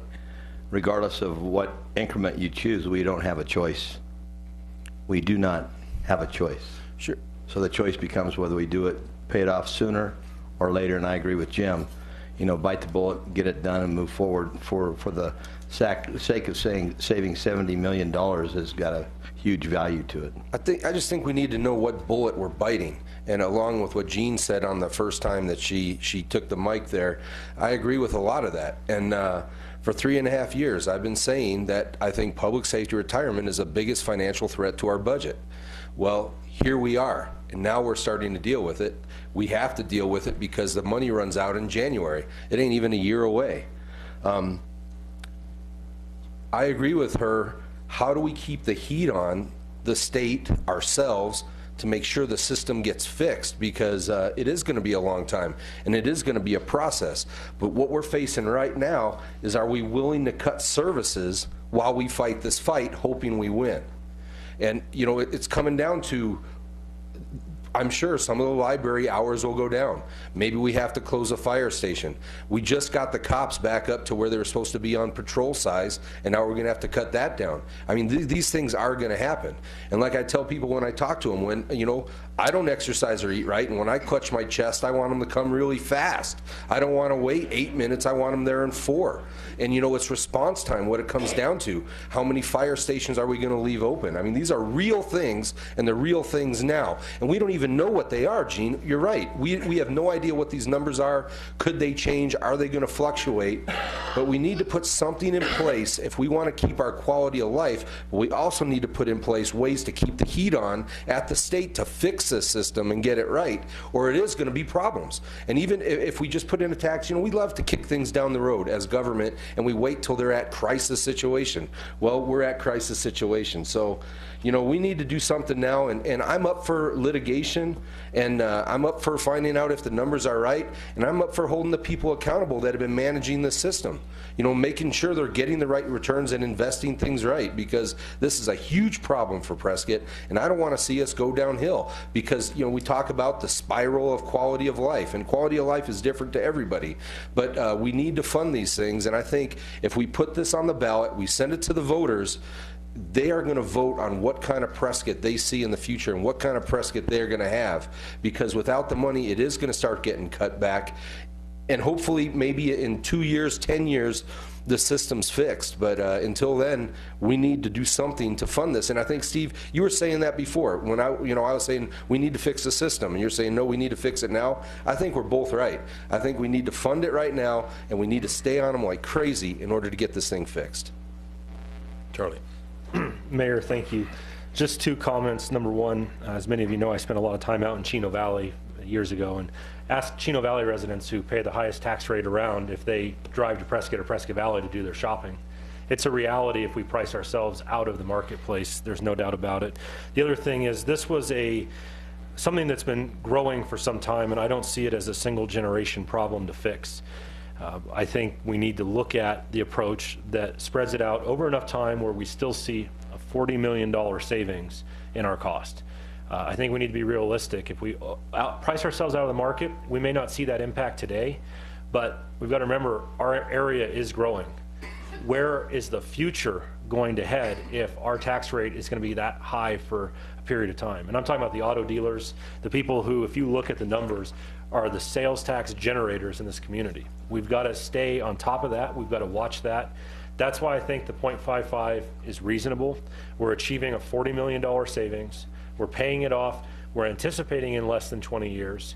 And I'm willing to pay that for 20 years. I understand the value of it because it's the Prescott I want to be in 20 years from now. So that's where I'm at with the number right now. Okay. Before we go to the public, I have a couple of things. This method of approaching this debt started coming to light about 6 weeks ago. Up until that point, we didn't even have good numbers. We knew that there was an unfunded liability, but PRS had not been able to give us the numbers that we have now. This council had conversation several times about we needed to identify a source of revenue for police and fire. But we were talking about operational revenue, finding a method to relieve the general fund to pay police and fire. My first thoughts on identifying the deficiency and trying to identify a source to relieve that over a period of time, I suggested to Mark and Craig that let's look at 1/4%. It didn't take long to realize that 1/4% didn't do the job. It would stretch it out too long. So as Mark continued to put numbers together, that 0.55 was the one that started fitting into what you would consider if you were going to bond for this amount, you'd probably be looking at a 20-year bond, possibly a 25-year bond, because that's the way municipalities do business. So the 0.55 put us under the 20 years with general actuarial numbers that we had. So I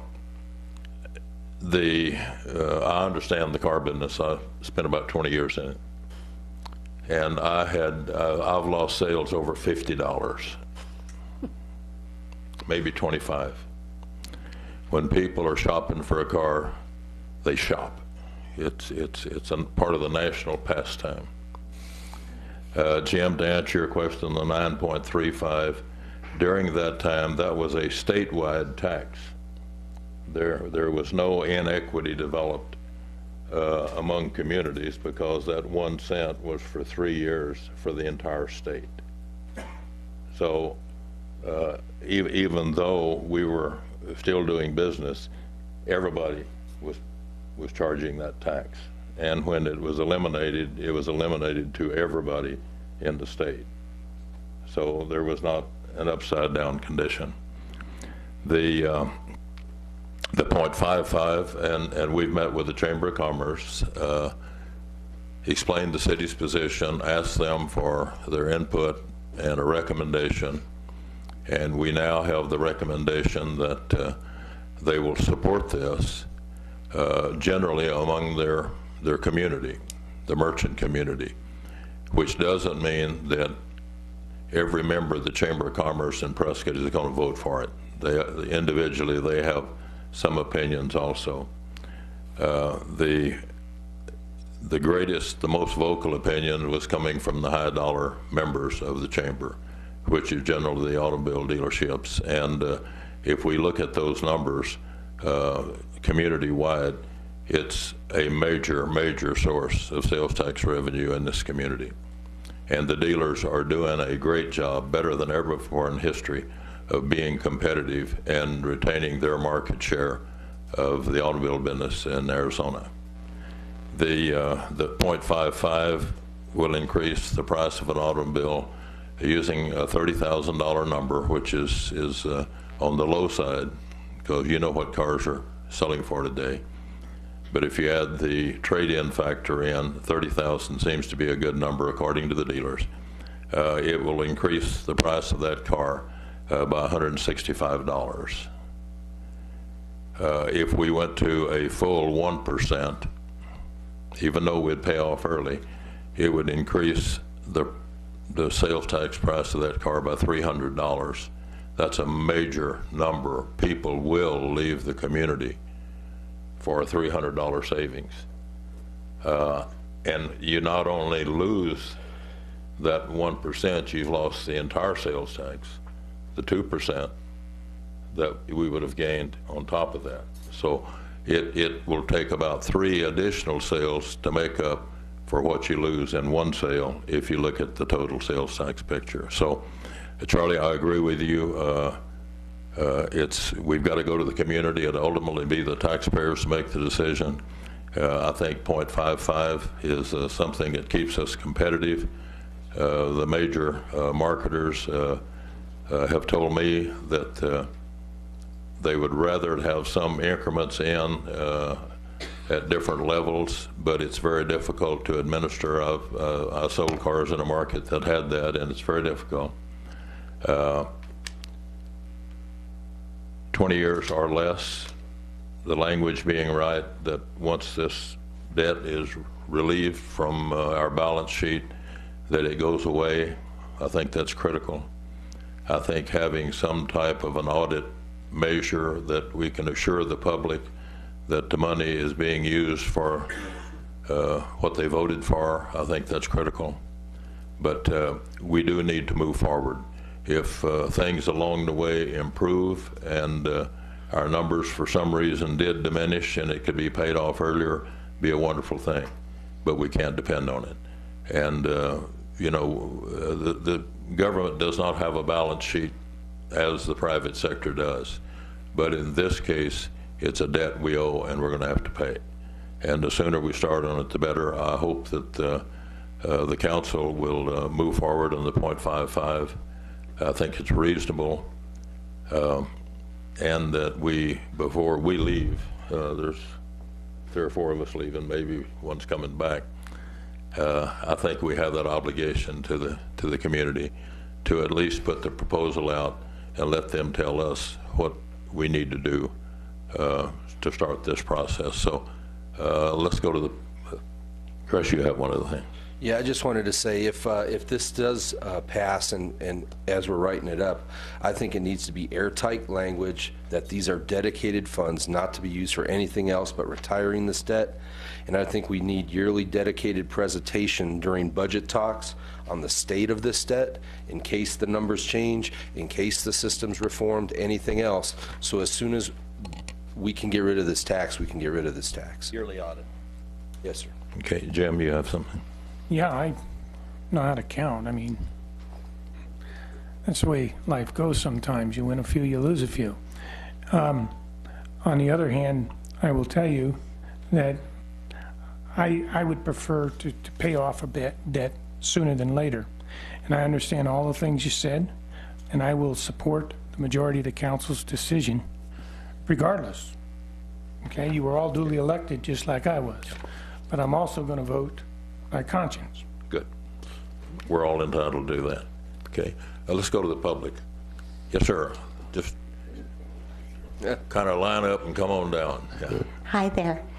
Take off my glasses. Mayor, City Council, thank you for allowing me to speak again today. I wanted to let you know that for 2015, I have been elected as the chairman for the Prescott Good Governance.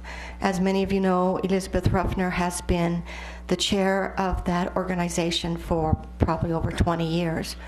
With this responsibility, I have been trying to learn and to understand what's going on within our community. And I think I've told you before, I've lived here for 20 years, love the region, and Prescott is still the gem of the region, and she always will be. I am fearful of what's happening right now. I've done my homework, I've looked at the numbers, and I understand. And Jean, I think you're right on. I mean, if somebody is pushing me into a corner like we're being pushed right now, we need to come out and fight back. And I don't think we're doing that.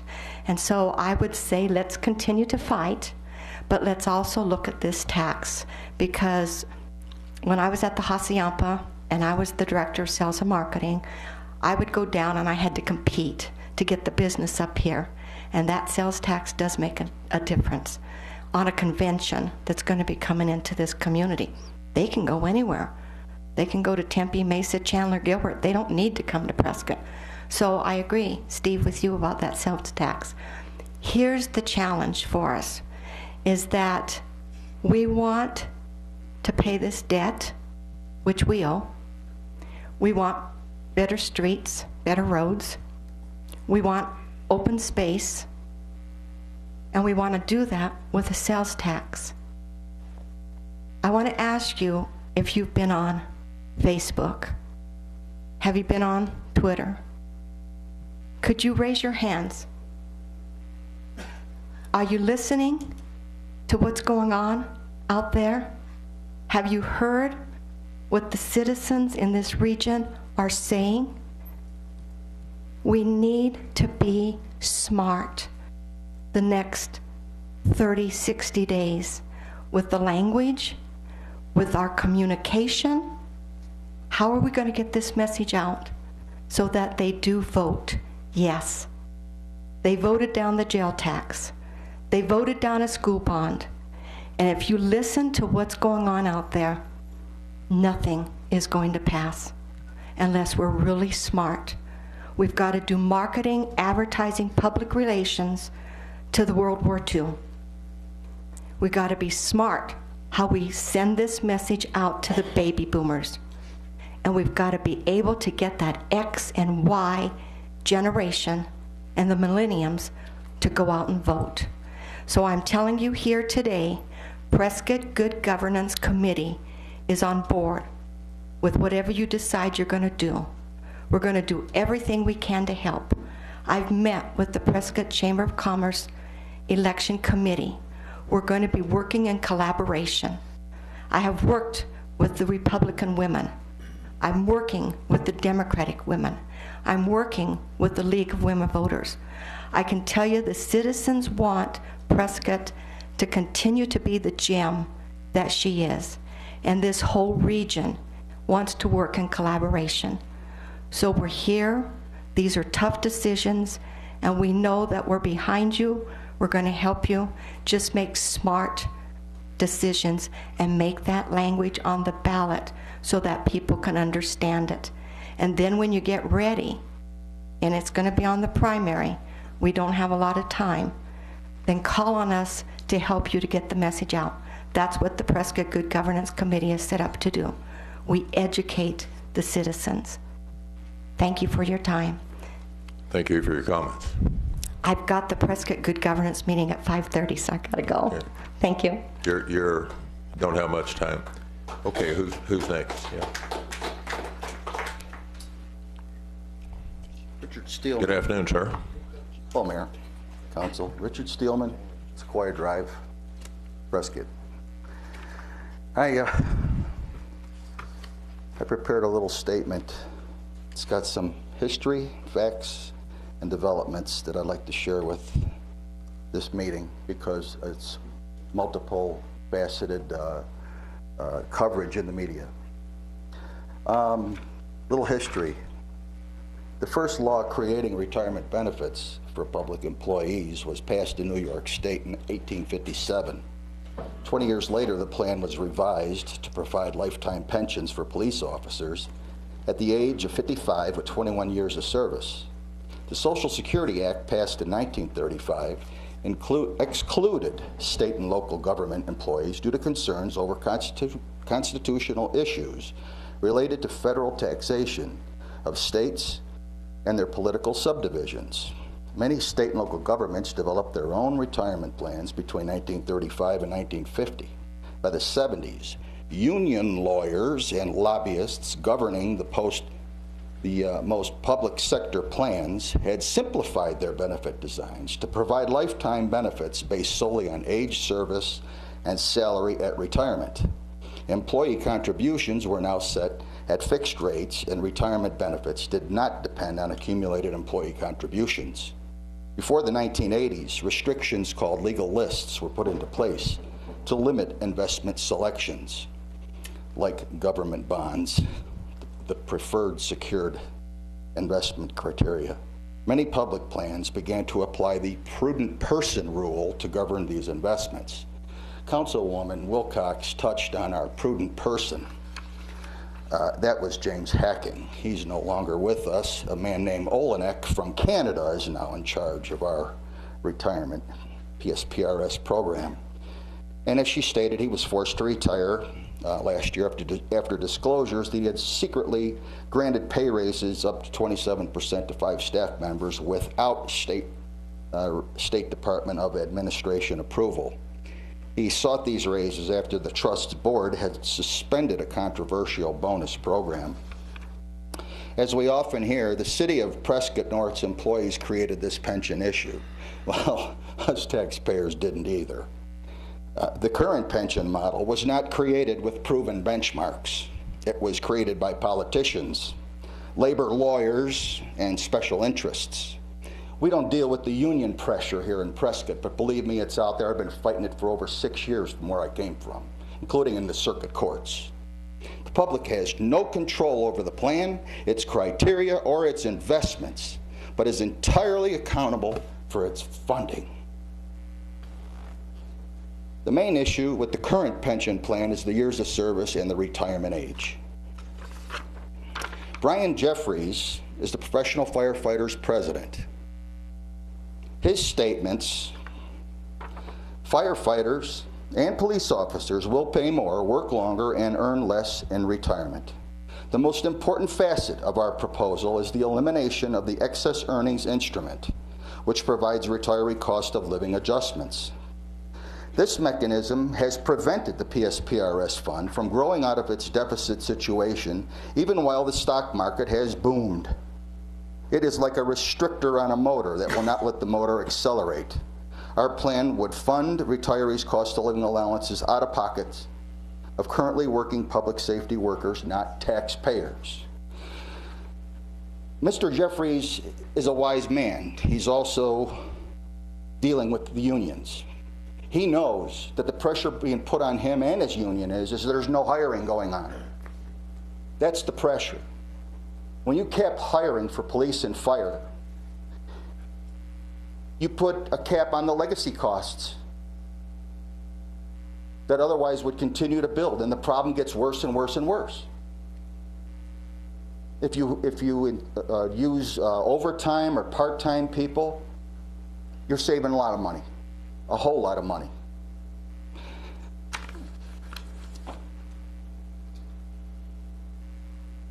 The status quo here is unattainable. Having more people retired than we have on the current force, that's ridiculous. No corporation in the world can keep 3 people collecting a retirement check every month while one guy's down there on the factory floor working to pay for everything. Corporations have fallen by the wayside by the hundreds just for that reason alone.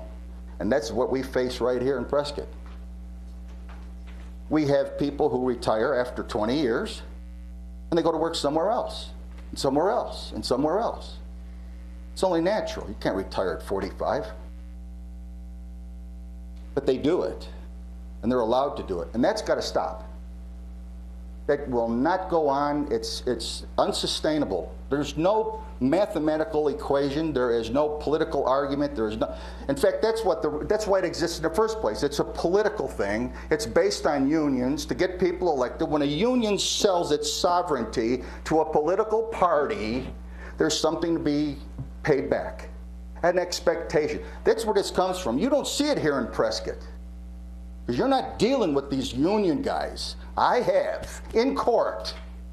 They're vicious, they're brutal. People are leaving their communities by the millions across this country because of it. But you know, there's something funny. When a taxpayer gets up and leaves, they leave that debt obligation behind. They didn't figure that into their plan when they dreamt this thing up. That's why Mr. Jeffries, he knows. And he's smart. He's a smart man, and I hope a lot of people get behind him. He may be a little oddity in the union part of this deal. But trust me, it's the biggest part of this whole deal is the unions. Make no mistake. You don't know how blessed you are here in Prescott that you're not dealing with these people every day. And let me not just stand here and bash unions because I pay union dues every month and I'm retired. I'm a tradesman. I should still support my union because it's the only way that young people can get an apprentice program today. And that's why I do it. But I also know that the unions are vicious. And when they gave up their sovereignty, like I said, to a political cause, they became useless to me. They shows disrespect for the union members that they can't do for themselves.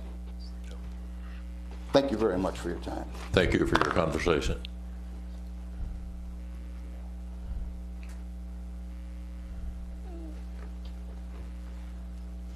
Good afternoon, sir.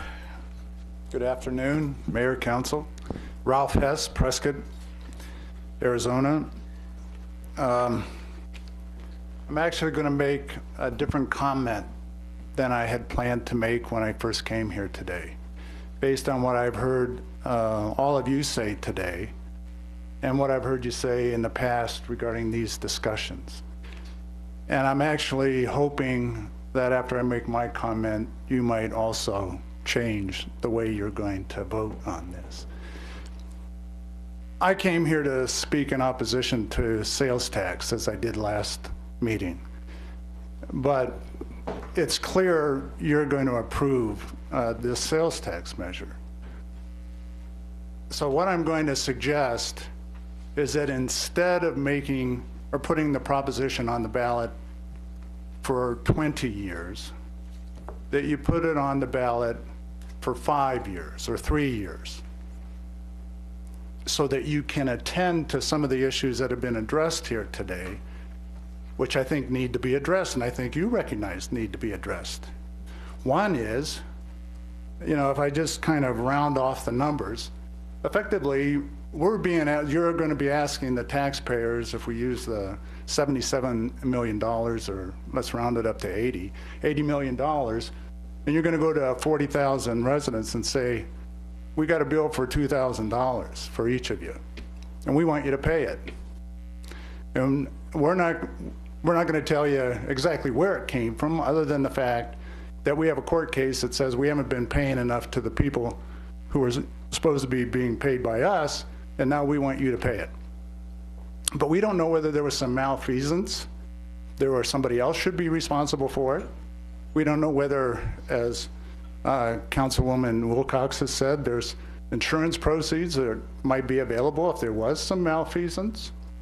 We don't know if perhaps some rating companies that overrated investments, that we know pensions all around the country made investments based on falsified ratings. We have a number of financial institutions that are walking away from any malfeasance, and the taxpayers are being asked to pay for it. So before you pass a resolution or an ordinance that suggests that you put this on the ballot for 20 years, why not put it on for a shorter period of time, which might be actually more appealing to the voters,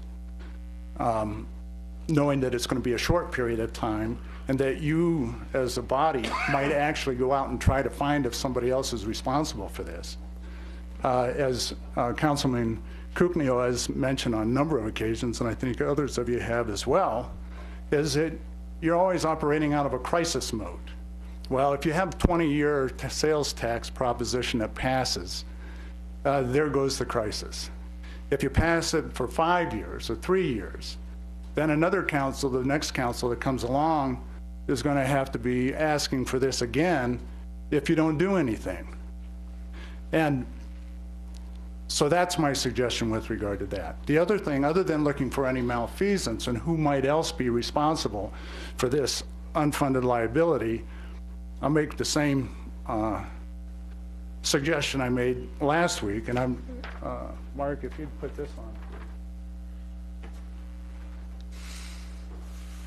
Most of the voters in Prescott are not going to fall within the lowest 20% of income. This is a, let's see, this is from, let's see, who pays? A distribution analysis of the tax systems of all 50 states, 5th edition, and it's from, I forgot who it's from. But anyways, it's a national analysis that points out that, frankly, Arizona's number 8 out of the terrible 10, meaning that we have the most regressive tax structure, well, the 8th worst recessive tax structure in the nation. And getting back to my point, I suspect that a sales tax proposition could pass if you put in a short time period. And it's going to pass because the people who are most of the voters in Prescott are not going to be the ones who are most disproportionately affected by the sales tax. The people with the least financial means are going to really be the ones who get hit by this. They pay 8%. 8% of their family income goes to sales tax and excise taxes. And I looked at Prescott's pretty comparable to Arizona, so you can pretty much expect that. I suspect most of the voters in Prescott, based on mean income information, pay about 4.2% of their family income for sales tax. So it's not going to impact them as much. And so they might very well vote for this. But it's a problem that wasn't created by the voters. And if you look over here at the personal income tax share of family income on this graph, you'll see that the fairest way to tax us, to pay for the community services, is to use a personal income tax. And as I mentioned at the last meeting, we have a statutory prohibition from assessing income tax or wealth tax for the benefit of Prescott services. Well, maybe over the next 5 years, if you stay in crisis mode, you could actually go to the state legislature and promote changes in the laws, the state laws, to provide municipalities with more choices as to revenue sources that we could use to pay for the services that we need, including property tax, including wealth tax, taxes that are going to be less regressive and less disproportionately burdensome on those within our community who have the least financial means. So my suggestion, knowing that you're going to pass this, is to pass it for a short period of time to enable you to go and seek through the Arizona League of Cities and Towns, or League of Arizona Cities and Towns, because everyone's in this same boat. They should be able to go out and say, let's look to see if we can recover funds from some other source for those who are acting badly. And then you can also talk to the state legislators and put some pressure on them to provide additional revenue options for the municipalities. That's my suggestion. Thank you. Any questions of, yeah? Okay. Thanks very much.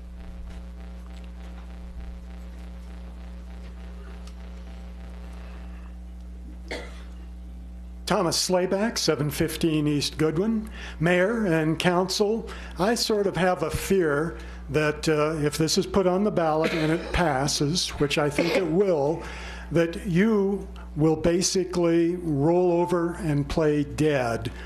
If I were you, I wouldn't do that. I wouldn't play dead without a fight.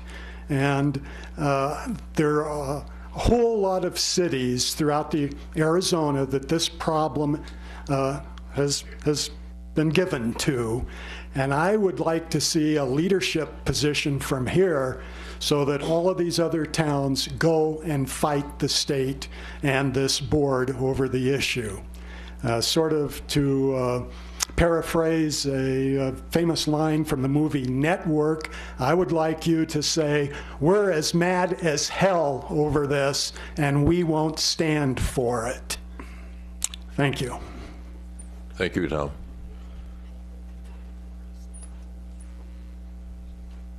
Mayor, I think one of the things that's going to help us in this fight moving forward is some of the bigger guys are starting to get into trouble themselves. I think Tucson just had a big giant bump in their PSPRS too. So, well, Saturday or Sunday on the Republic, there was 2 of the valley communities that are coming alive also. But I haven't what it seemed to me like what I read, but they was trying to find a way to make some payments out of current revenue. And maybe they're in better shape than we are in that area. So go ahead. Hi, Lindsay. How are you? Fine, thank you. Boy, what a big problem. Reminds me of serving on the Strategic Planning Committee 20 years ago, in which we went through all of the things that the city was facing. We were having similar conditions to now, dip in the sales tax, increasing competition with other communities for revenues coming into city coffers. And we looked at all the things that the citizens wanted and expected the city to do: service levels, fire and police, public safety, economic development, open space, everything. And we came down to a list of about 10 different critical, essential items that the city needed to address. And what we discovered was that you could address 9 of them with the projected revenues, or you could do the 10th one. The 10th one at the time being streets. This is the same kind of conundrum. You can address this unfunded liability, or you can address all the other stuff that Councilman Arnold was so eloquent about a few minutes ago. The Prescott we have come to love and that we want for the future and for future generations. Clearly a critical issue that has to be addressed at this point in time. I'm going to recommend that you address it on multiple fronts, some of which have been suggested here. Absolutely go for litigation. It may take years to have that settled, but the very act of going for litigation will pressure the legislature to look more favorably on reform of the program. It'll help keep the pressure up, and you should have your lobbyists through the League of Cities and Towns continue to press for reforms.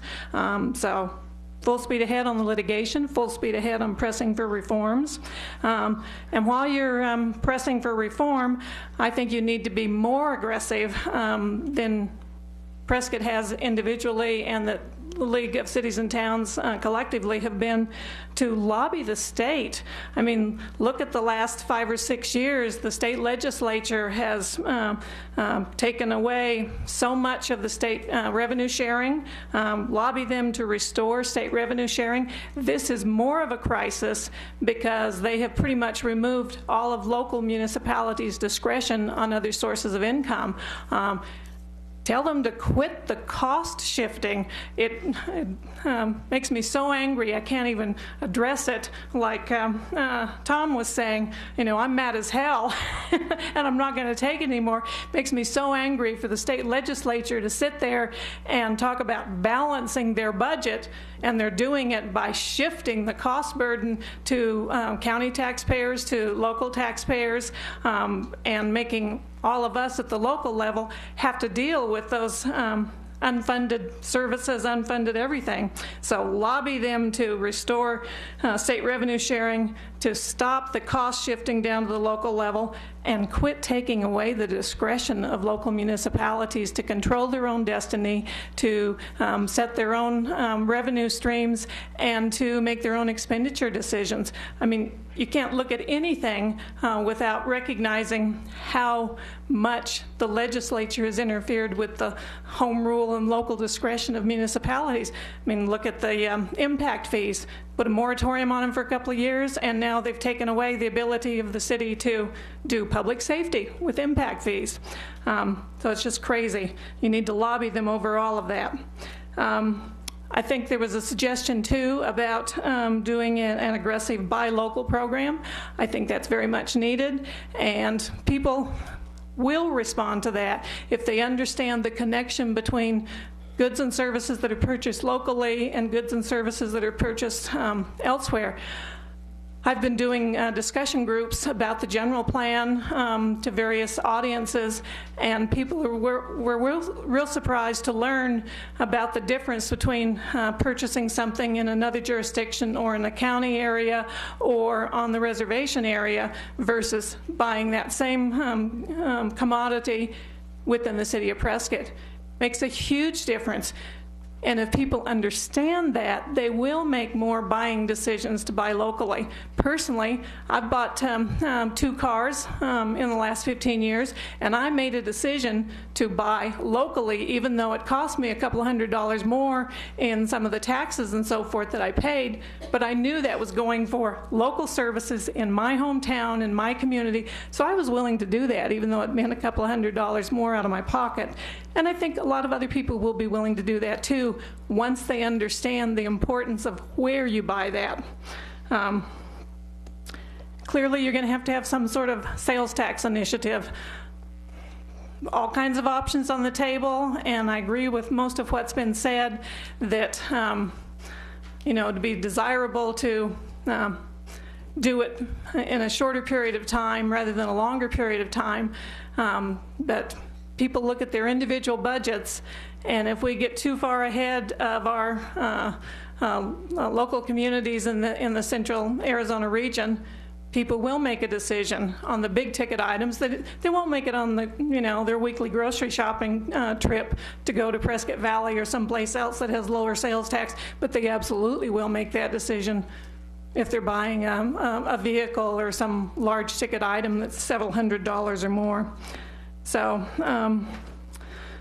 going to have to be some kind of a sales tax initiative, but I would urge you to think about what Cecilia Jernigan advised too. Whatever sales tax initiatives go on the ballot, there's going to have to be a lot of communication and a lot of explanations to the public so that they can make an informed decision about what they're voting for. And it needs to be simple language, so it's clear what they're voting for, and there needs to be a lot of communication and a lot of information out in the community so that people can make that informed decision, know what they're voting for, and can do that and help the city of Prescott remain the community that we all love into the future. Thank you. Thank you, Lindsay. Mr. Mayor, can I ask a question? Yes. Back to Mr. Hess's point, Mark, if we had 0.55 with what we know now, how long would it take to pay that off? Best guess.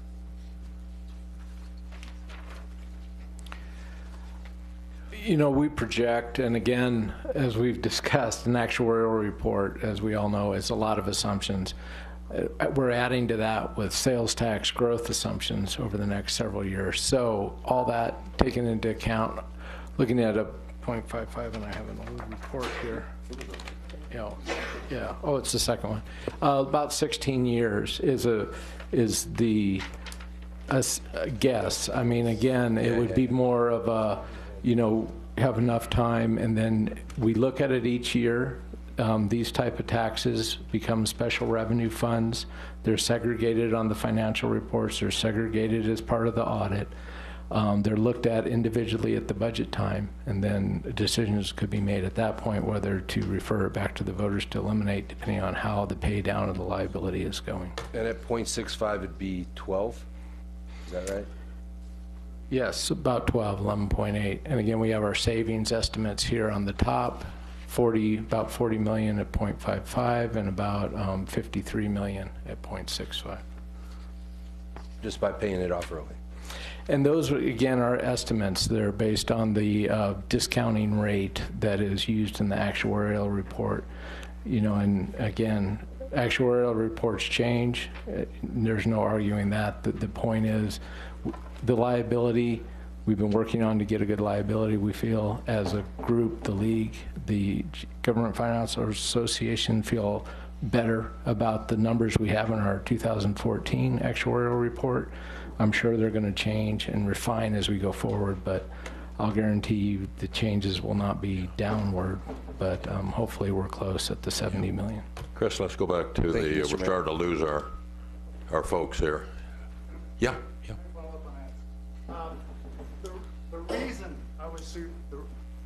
The reason I was suggesting the shorter time period was not with expectation that it would be paid off within that time period.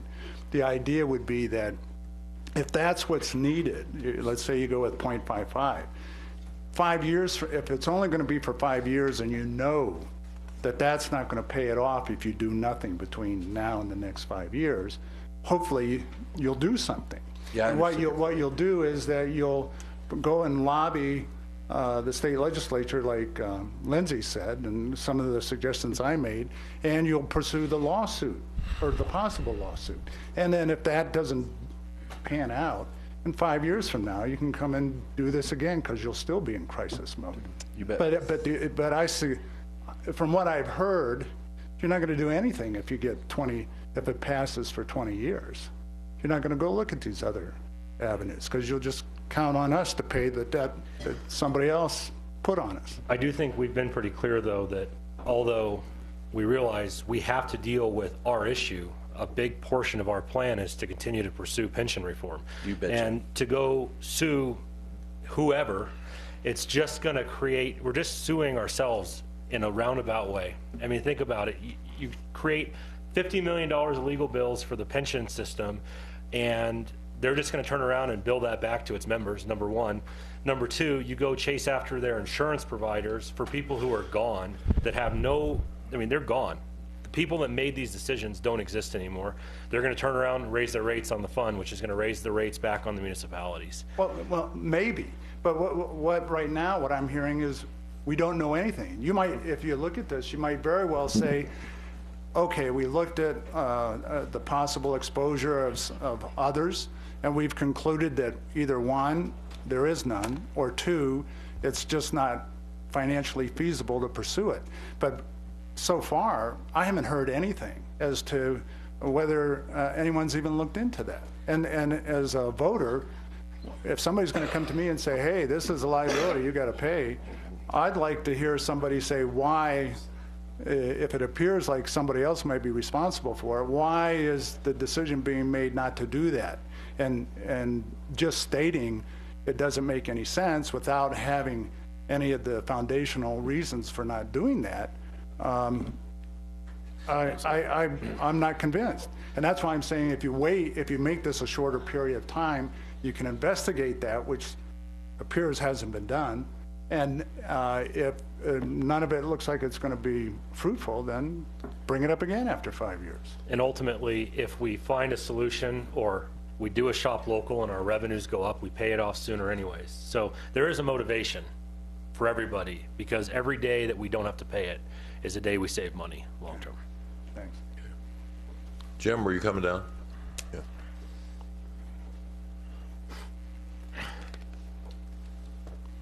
How many sheets you got there, Jim? They were just pieces of paper. Jim Lawrence, 345 High Chaparral Loop, Prescott. As I get older, I find it's a little difficult to not get emotional, especially when you're mad, and I think we all have very real reasons to be mad at this stage. I think, though, it's important that we don't just be mad. I think we have to do something very constructive, and I think our first thing is to come up with a reasonable payment rate that we can do, and the 0.55 for 20 years is a reasonable one. It may take 2 or 3 years before we could get any improvement or any change on these payments, but we should be making those payments as we are going. And they should be reasonable payments, or it's not going to get passed.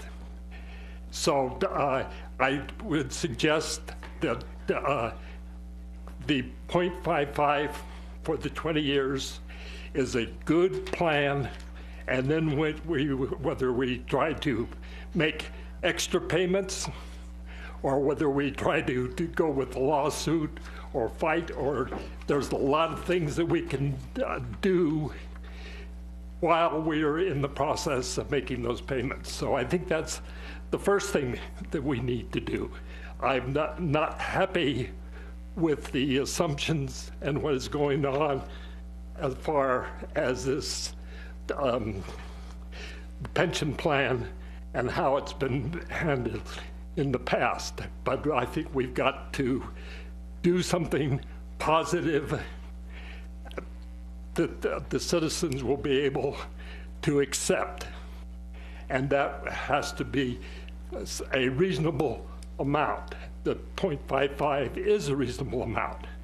Unfortunately, though, we have already voted to put on the ballot a repeal of the 45 cents that we had for the streets and to replace it with another quarter cent.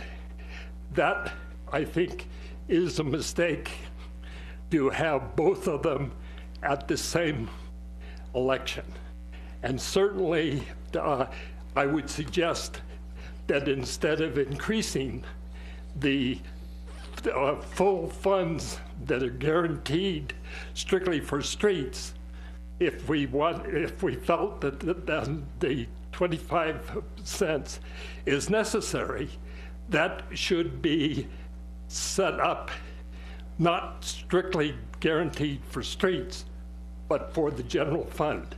Then we're in a situation to where we can pay it for streets, or we can do it for any of the other things. We don't want to have the streets be in a situation where we're saying the streets are as important as everything else that we are doing, including the pay for our employees and everything. So I would suggest that we do for the election go to the citizens with the .55 in the primary election. Pull the quarter cent until looking at it for the general election. If it is felt that that is necessary, that will help us be sure that the .55 gets passed, because if it doesn't get passed, then we're just all wasting our time. Thank you, Jim. Let's take one more. Looks like you're it, Dan. Thank you. Daniel Metzen again. I might remind you guys, back when we were retiring the secondary property tax, I pointed out that we could save a little of that for the public safety system. That went over like a lead balloon because we didn't know how dire the situation was. But I can, for everybody watching and everybody here, we, the city council, those of us on the general plan, or those working on the general plan, it's been known for a long time that this was a time bomb that was going to hit us and hit us hard. The .55, I think, is something that can pass and won't put our rate high enough to cause too much damage. I think that's the way that it needs to go. Chris has talked many times about auditing it with the possibility of discontinuing it if we find it's not needed. And for anybody who doesn't realize it, we've been talking about the need for pension reform, again, for several years at least. And I don't think we're going to stop. But the rate that the legislature goes at, I know, Gene, you'd love to see this fixed by the state. Don't hold your breath. Hopefully it's going to happen eventually, but we'll be in deep trouble if we don't do something now. And then hopefully when they fix it, it will put us in that much better position. But we desperately need to put this on the ballot, and we desperately need to convince the majority of the citizens to vote in favor of it. And as far as the streets tax going on, the general election, cross your fingers, hopefully we won't need a general election. We'll save the money necessary to put it on. So the streets is already on there. If we don't increase the .25%, we all know what happens then. The streets cost a lot more money to fix later. So we're on the right track. .55%. Hey, I'd love to pay it off faster, but we don't want our rate to get too high. So .55 for 20 years, and then we look at it every 6 years, 5 years, whatever. I think that's what we need to do, and we need to do it sooner rather than later. Thank you. Thank you, Dan. Come on down.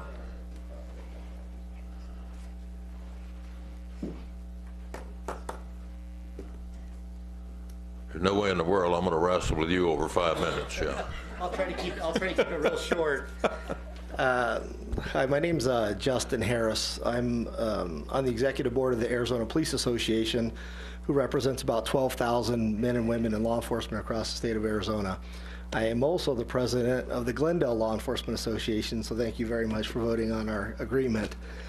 I'm also co-chair of the Glendale Police Officer Coalition, and I've been very active at the state level for the last 5 years. I was asked to come up here today to see if there was any help or assistance I could provide to my police officer brothers and sisters up here. There are a couple of issues that I think need to be answered just briefly. One, I've heard the name Jim Hacking brought up a couple times tonight. Jim Hacking took over the fund a few years ago. It was actually my group that brought forward litigation to the Attorney General's office that wanted that looked into regarding mismanagement of the funds. That came back without malfeasance, fraud, or any type of criminal activity. There was no further action that could be taken because that director is appointed by the governor of the state of Arizona. If there's any wrongdoing, that person gets removed. That's when Jim Hacking was brought in. We even went as far as submitting our findings to the Solicitor General's office to see if we could get some recovery. Because it is our fund, just like it is everybody else's for public safety. Our number one priority is ensuring the stability of the fund and ensuring that the city's contribution rates and the employees' contribution rates don't skyrocket out of control. So I've heard today several people requesting that it be looked into, and if money can be recovered, it can be recovered. I can tell you that your state law enforcement association has done that. We've been doing that. We are working with the state legislature on trying to reduce the debt, and we often refer to that as unfunded liabilities. It's a debt, and managing that debt and controlling that debt. I just sat down with Senator Lesko on April 17th with a reform committee that had the League of Cities and Towns and several other groups there. And the one thing that presentation was talking about was pension reform and the potential of the firefighter plan that would amend the Constitution. And the one thing that was clear that came out of that meeting is there are certain things that maybe we want to do and other things that legally we can do. And there were a lot more obstacles and questions that were brought forward from that meeting regarding the firefighter pension plan. So we are looking at working with the legislature and the leagues of cities and towns to try to get this thing under control. I can tell you that the legislature already took action in 2011, 2012. So there already are 2 separate tiers of employee contribution amounts. And there could be the potential of a tier 3, things that are legal, that can be looked at. But the one thing that I think that the council and the community here needs to be made aware of is this is an immediate crisis for your city right now from the numbers that I've seen today. So this isn't an issue of whether you want to do this or not. It's how much city services do you want to cut, or how much tax do you want to pay to get through this, because every city is going through this. And we are trying to work very diligently with the state legislature, the leagues of cities and towns, and all the stakeholder groups to make this work. So I just wanted to thank you for your time, and I wanted to come up to address that one crushing issue that everybody was laser focused in on, the lawsuit and trying to recover money from another state organization, which Councilmember Arnold, you kind of hit the nail on the head. You were absolutely spot on. Jim, I have a question. Yes, sir. Well, no, I don't have a question of you. Thank you for being here. Thank you for your comments. I just go back to my original comments to begin with. I appreciate the chamber weighing in. I mean, they represent, advocate, whatever the case would be, a whole big group of people in the community, 5, 6, 7,000 employees. And I understand why they would look at 0.55 as favorable. But I also understand $70.9 million over 20 years is a lot of money. And whether it's out of your pocket or my pocket, $70.9 million, we can save that by acknowledging this is a debt, by acknowledging we have, whether it be through the league, whether it be through the police and fire associations, been addressing this because everybody's seen the train wreck coming. It's a question of how to fix it. Very similar to Social Security. The way it was designed is not sustainable. I don't think it was ever anticipated that we would subsidize medicine and drugs and everything else to keep people alive 40, 50 years longer than the systems that were designed to support. But it happened. Now we're dealing with it. So I do appreciate your comments. I still remain pretty steadfast. I would rather reduce the liability in 6 years, 7 years, rather than extending it out, costing the citizens of Prescott an extra $70 million. So that's, but I do appreciate the chamber, and I do appreciate your work down legislature and what you do as a cop. Thank you. We're trying very hard. Yeah. Thanks very much. Thank you, sir. Okay, we've, anybody else on the council that? 2 things, Mayor. One, I have to leave at 6. Well, we better start making motions. Yeah. If we do a motion here, I see a lot of discussion here and hearing things about if this measure is presented, this ordinance, should it say something like 20 years, 16, whatever that year is, or the unfunded liability is resolved? So therefore, if it doesn't go 20 years if it's not needed anymore. You've got an attorney sitting right next to you. Yeah, it's the trigger point for an automatic or an early expiration I think the challenge, and I would sort of look to Mr. Woodfill, is how do you determine what that is, and then how do you put it into language that is clear and understandable? And so the first question I sort of defer to Mr. Woodfill is, how do we know, or when do we know when that trigger would occur if we were to do something like that? Yeah. Well, I think you and he need to get together and figure it out. Well, I think, there's an actuarial report done every year that looks at these things, and and it determines what the unfunded liability remaining is on these plans. I suppose that language could be added, something to the effect that, because right now the proposed ordinance at the 0.55% rate talks about taking effect January 1, 2016, ending on January 31, 2035. I suppose sort of automatic termination language could be added to that, or something to the effect of, or when the city's unfunded liability to the PSPRS is deemed to be met, or something like that. Mr. Woodfield made the comment that it's audited every year.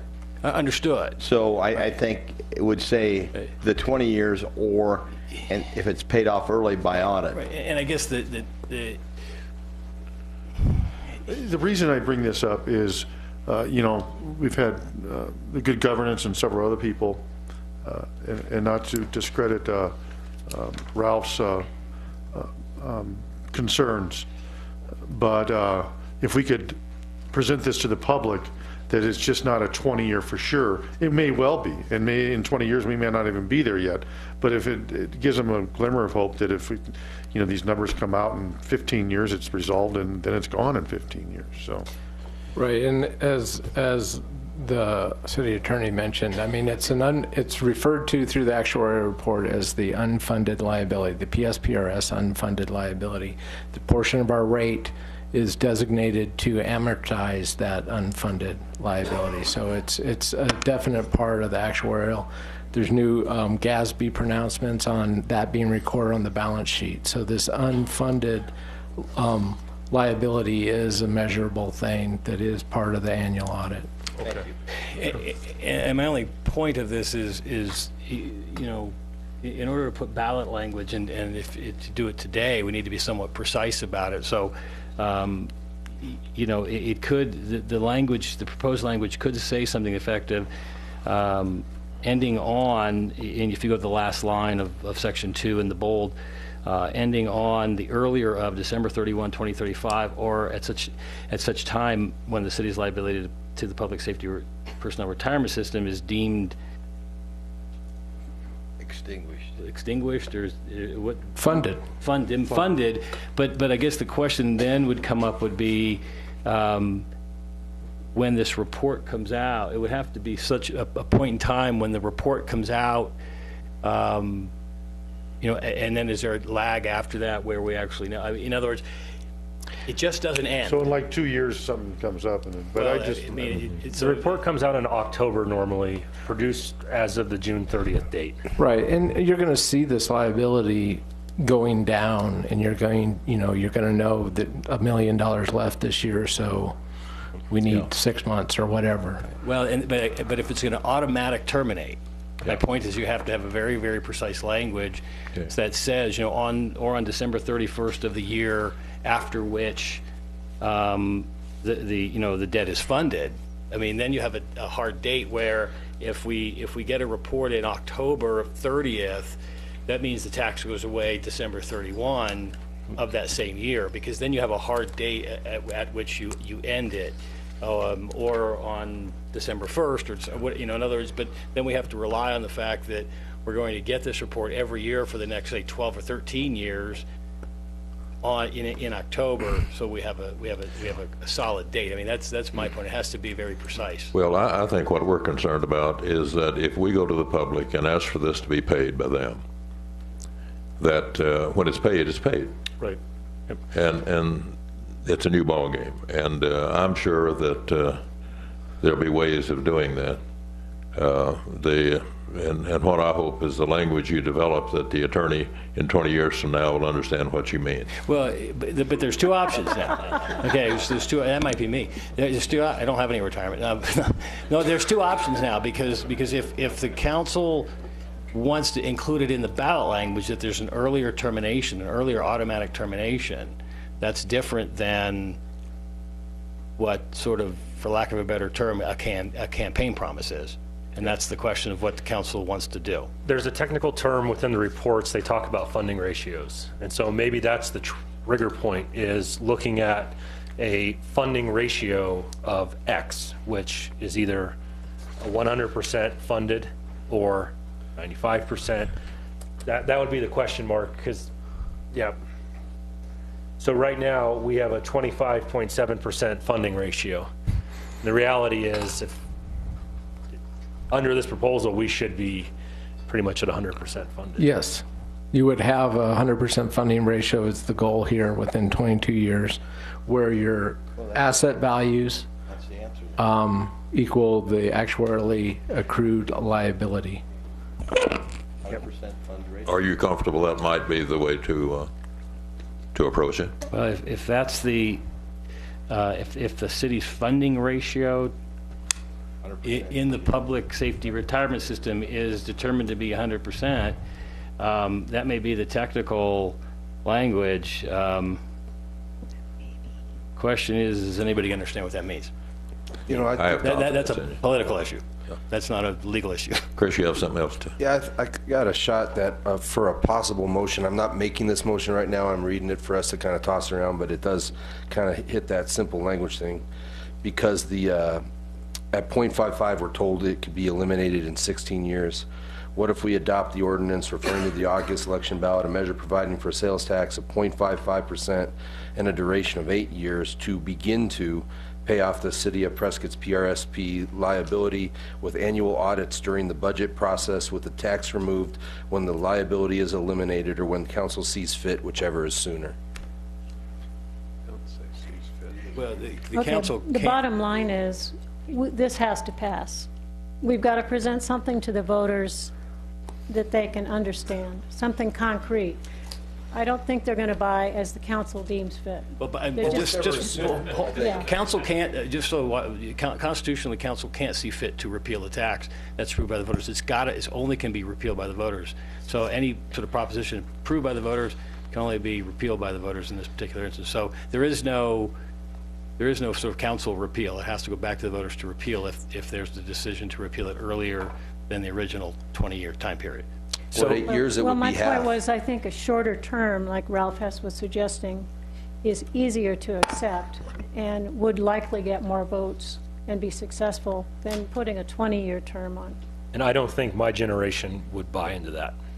They're looking for a community that has the future and a plan to accomplish this entire thing is a plan for a future. So language, or upon achieving a 100% funded ratio. That's it. The date or? The date or upon achieving a 100%. Whichever comes first. And don't forget, we have two separate funds. So police and or fire may get there first because they have different impacts.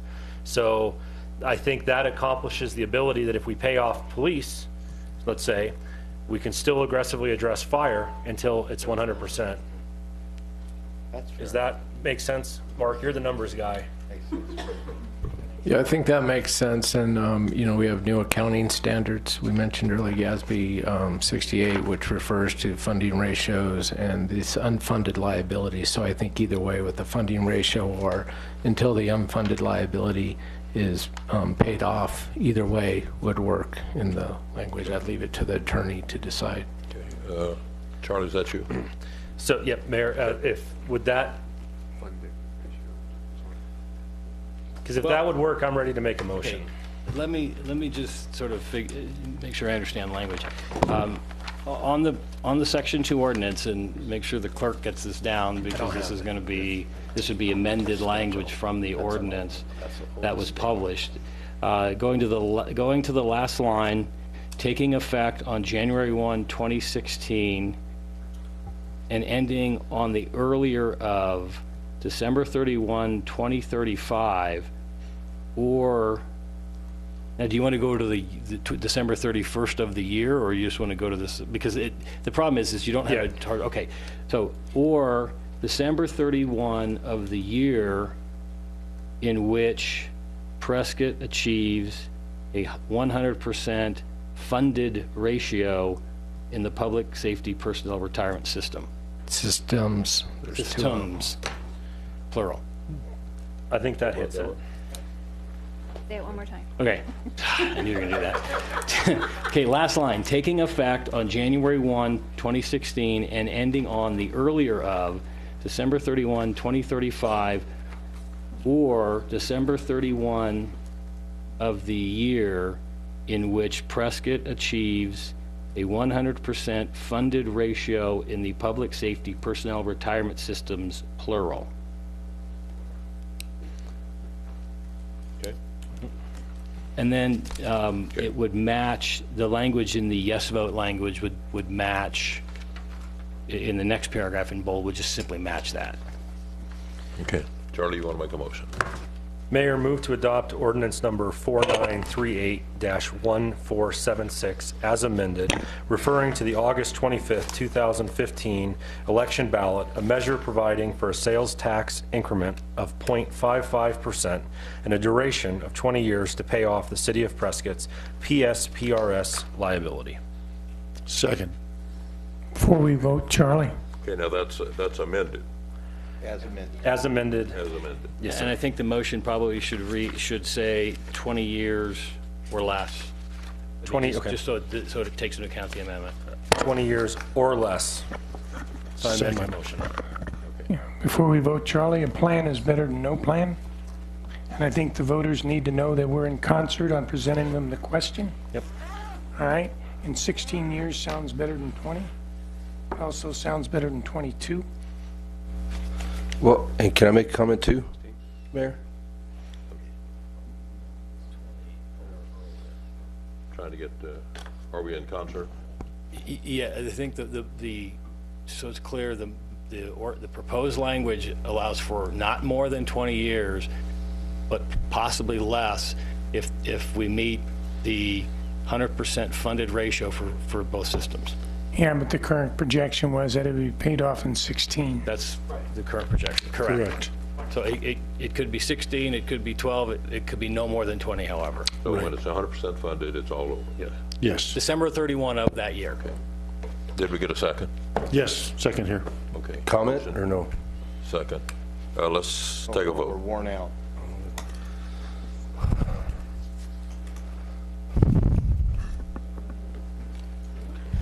Passes 5-2 with Councilwoman Wilcox and Mayor Pro Tem Kuknio dissenting. Okay, let's continue on. It's too long. Item I.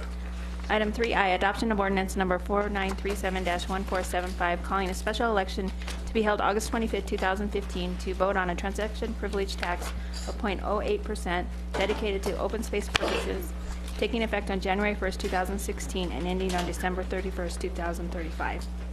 Yeah. Mayor and Council, at Budget Workshop number 3 on April 14th, 2005, there was discussion of the 3 potential sales tax increments. The council has placed the streets question on the ballot. The council has just taken action to place the PSPRS liabilities item on the ballot. The third item that was discussed and has been discussed is a potential increment for open space.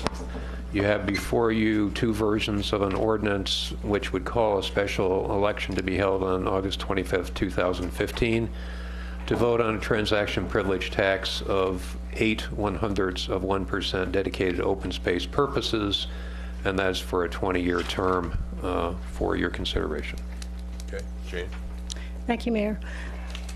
I don't know where the idea of trying to stretch 0.08% to cover open space acquisition, maintenance, and the entire watershed came from. It wasn't my idea. I can only support version 2, the version that is limited strictly to open space acquisition and maintenance, because 0.08% is going to generate approximately $1 million, and that's simply not enough to address all the issues that we have in the watershed. 0.25% was what I had suggested some weeks ago and did not get a second to that motion. That might be enough. I feel confident it would be enough, but certainly not 0.08%. And watershed management means, or what does it mean?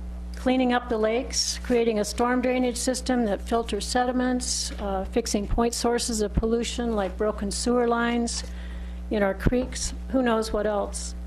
I mean, without a doubt, and I think there would be a lot of voters who would have the same doubt, if we have such broad purposes for a 0.08% sales tax, it's going to be a fact that most of that money gets used to address regulatory compliance issues with the lakes and our storm drainage system.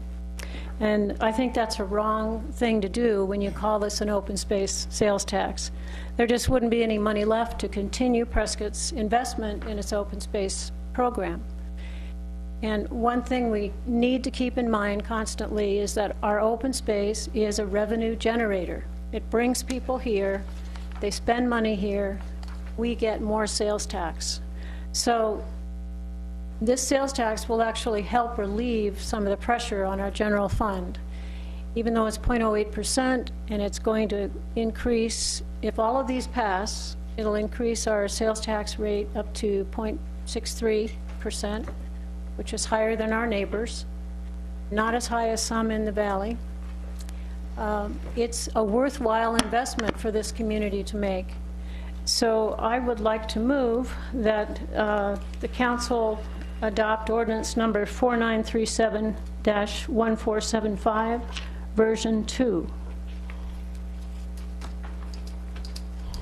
Okay, you have a motion on the floor. In order to, you want to discuss it before a second, or you want to get a second on the floor before we have a discussion? And is there a second? Generally speaking, a second would have to be made before you can discuss a motion. Yeah. And I definitely have discussion on this before I would do anything. Okay. So you want to withdraw your motion so we can have a discussion? I'll withdraw it to hold it, make it later. Okay. Mayor, is it possible, or I don't know if it's right, I just would like to explain my vote on that last measure, to be clear. I just wanted to say that I was yes for putting that tax on. I just felt like it should have been 16 years instead of 20. I support us going out to support that 0.55, but I wanted to see it at a lesser term. So just the no vote is not, I believe our ideas are right, and I think we're moving ahead right. I just thought it should have been a lesser length of time. Thank you. Now I can think about this. Okay. Charlie. Yep, Mayor, thank you. At the last meeting we discussed open space. I committed that I would support moving forward question to the voters, not indicating whether I would support the question, but I would support putting a question there. I have issues with version 2. It's my belief that we have an existing Parks and Rec advisory committee that could serve in this role with adding 2 additional members to it, not the creation of a new commission. I do understand the concern about the inclusion of the broad term lakes and watersheds. I do think if a question were to go forward, 0.08 dedicated to the acquisition, maintenance, and improvement of open space would be a reasonable question to ask. This has been a debate for many, many years, and for the almost 4 years I've been here, I have seen time and time again that we have a very passionate open space community that believes in that acquisition. We've also seen that there's major shortfalls in the existing language that allows us to actually use the open space. From my perspective, again, I will keep to my word saying that I will support something going forward to the voters that makes sense. It does not mean that I'm going to support the actual item. So in this case, I would have 2 questions of staff before I move forward with what I would propose. Number 1, do we have a rough idea of what our acquisition cost for the open space plan is? Thank you, Mayor, Council. Yeah, a rough idea. Basically, what we did is we took the 2009 Open Space Master Plan and some subsequent meetings that we had after that, compiled a list of potential open space properties, and based on that list, assuming that there's willing sellers, assuming that the strategy could be a combination of large purchases and connections, it would be about 20 million. So that's executing the entire open space plan, which is 20. That's correct. That's, but you're only talking acquisition? Correct. Acquisition, we did assume some capital in that there would be, for example, where Hanson Materials pit is, that could potentially be a Peavine connection to Chino Valley, and there would need to be an overpass there, a pedestrian type of overpass that would be a capital project. And I included those in that 20 million. So, and that's a very rough number, again, assuming there's willing sellers, assuming that is a strategy that's supported by the political power at the time, council people and whatnot. But there's no maintenance. And the maintenance is another cost that's in there. I have not been able to put a dollar figure on that. We were trying to get this to you by the end of the month, and I rushed to get to the 28th here today, so it's kind of rough, but it's. Mayor, I would assume, I've seen the list, my assumption is that if the .08 were passed, and if future councils were to move forward on those different acquisitions, I would think that likely 50% of that is probably accomplishable based upon a willing seller situation. So ultimately, I think probably $10 to $13 million is the real acquisition number here, and likely the balance is going to be the maintenance and improvement side. That's kind of the numbers off the back of the napkin I've been looking at the last few days. Jim?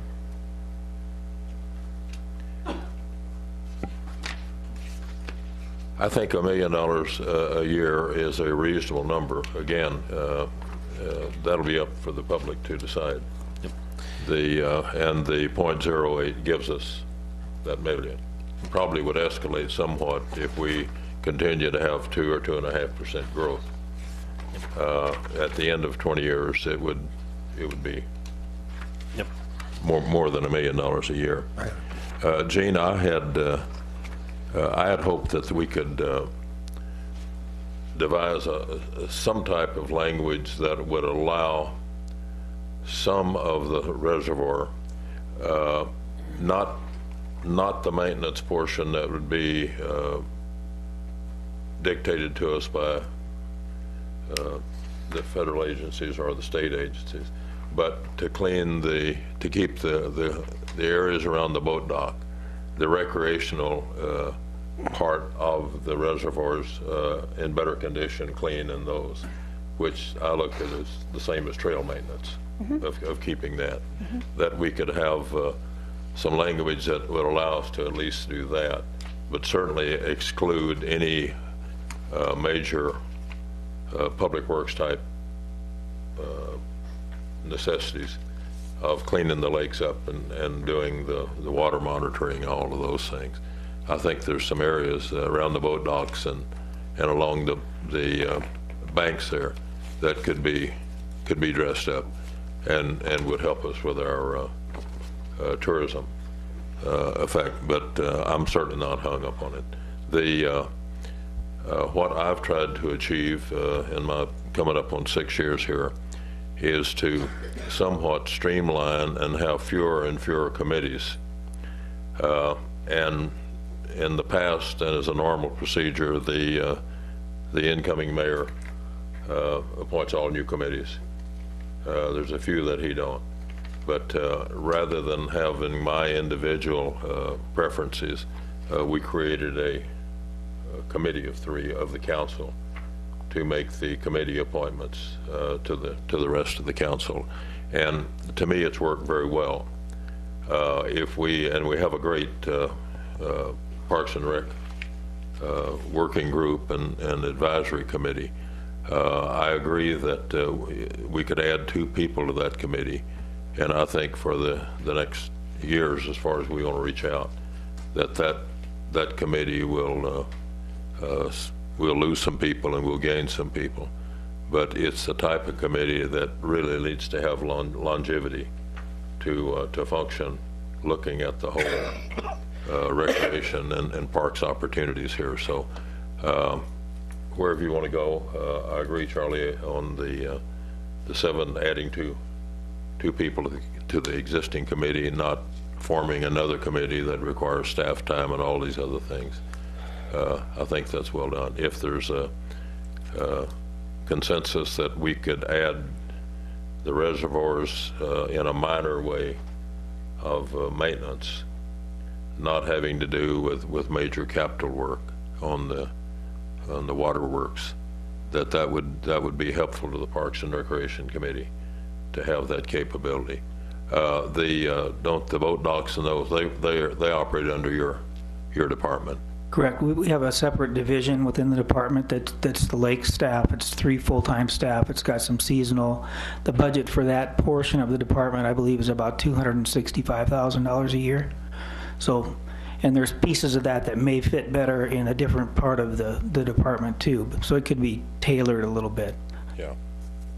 So again, whatever the council feeling is on keeping some of that as a part of the open space, I would support. Yeah, Steve? I'm a little concerned. I've complained about this maintenance thing from the day one, and I'm a little bit concerned that it states in a way that open space is there, but who is to determine how much money out of every year's budget that has generated that $1 million, how much actually goes to maintenance? Maybe that's a budgetary item every year during the budget process, but you know what? We're leaving this wide open for a group of people to say we want to spend all $1 million to purchase open space, and then yet again, we have no money for maintenance. And that's the wrong thing to do. That's not what this is talking about. So I guess I'm trying to figure out what that mechanism is, maybe to put in there a dollar amount not to exceed $250,000 for maintenance, as you just stated was the number, because I think that number needs to be in there. Because if it's not in there, I can see where other groups might say, well, we have the opportunity to buy X amount of open space, so we're not going to do Firewise this year, we're not going to do this year. We certainly have a guy employed by Parks and Recreation, Chris Hosking, who is our trails guy, and his funds, his monies that he's being paid are coming out of the general fund, when in essence, maybe I think they should be paid out of the open space fund. So I have different opinions on what I think open space should be. But if there's not a number tied to maintenance, I'm afraid we're not going to get any again. And we've already been how many years without that maintenance? Any thoughts? Well, explicitly, that is the function of the annual budget process. You have a Parks and Rec Advisory Board. There has been discussion of expanding that to enhance the open space advocacy. You have a recreation services director, you have an annual budget, and the city council approves that annual budget.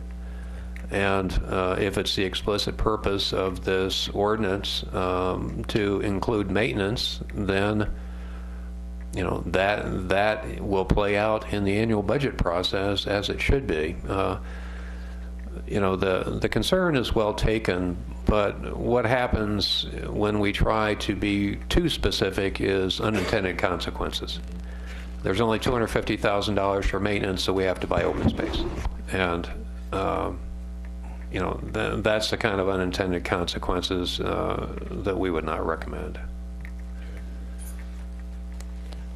Because of the late hour and the late date, is this something, would we still be within our time frame to discuss this at the next meeting? You could do that, Mayor.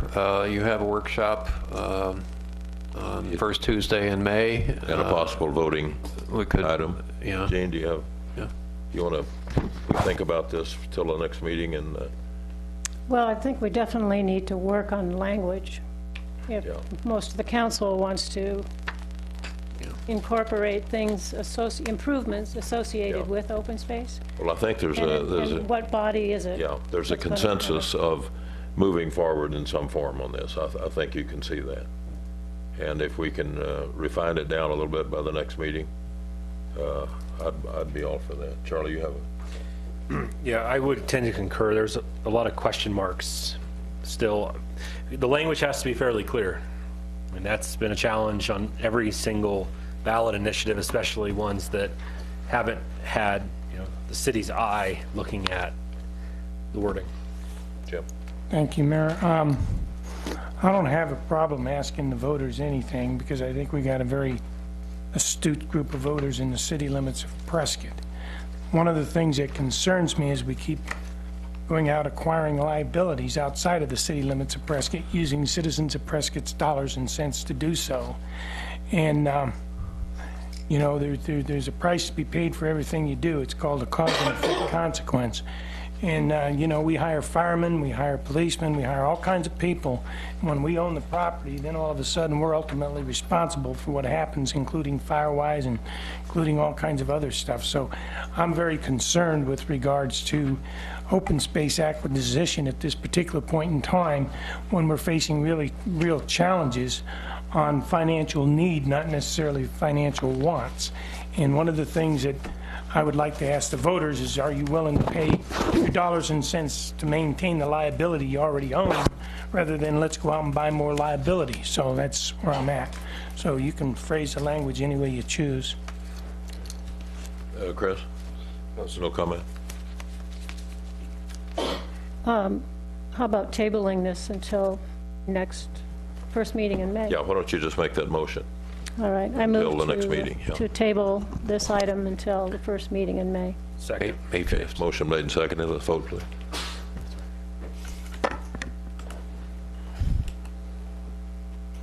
Okay. Passes 6-1. Councilman Lamerson dissenting. Actually 5-1. 5-1, I'm sorry. 5-1, Councilman Lamerson dissenting. Okay, we have tabled item J. Item J, fiscal year 16 and subsequent budgets, council discussion, direction, and possible action. Mayor, that's just a standing item that we've been carrying on the agenda. I have my 800-point list that I'd like to talk about. No. May 2nd, though, I would like to wrap up with my remaining items, so I will make sure to keep it brief, but I would like to do that. May 5th? Or May 5th, excuse me. Yeah, okay. I'd like to wrap up that list. Okay. Thanks for being here, everybody, and staying with us. We're adjourned.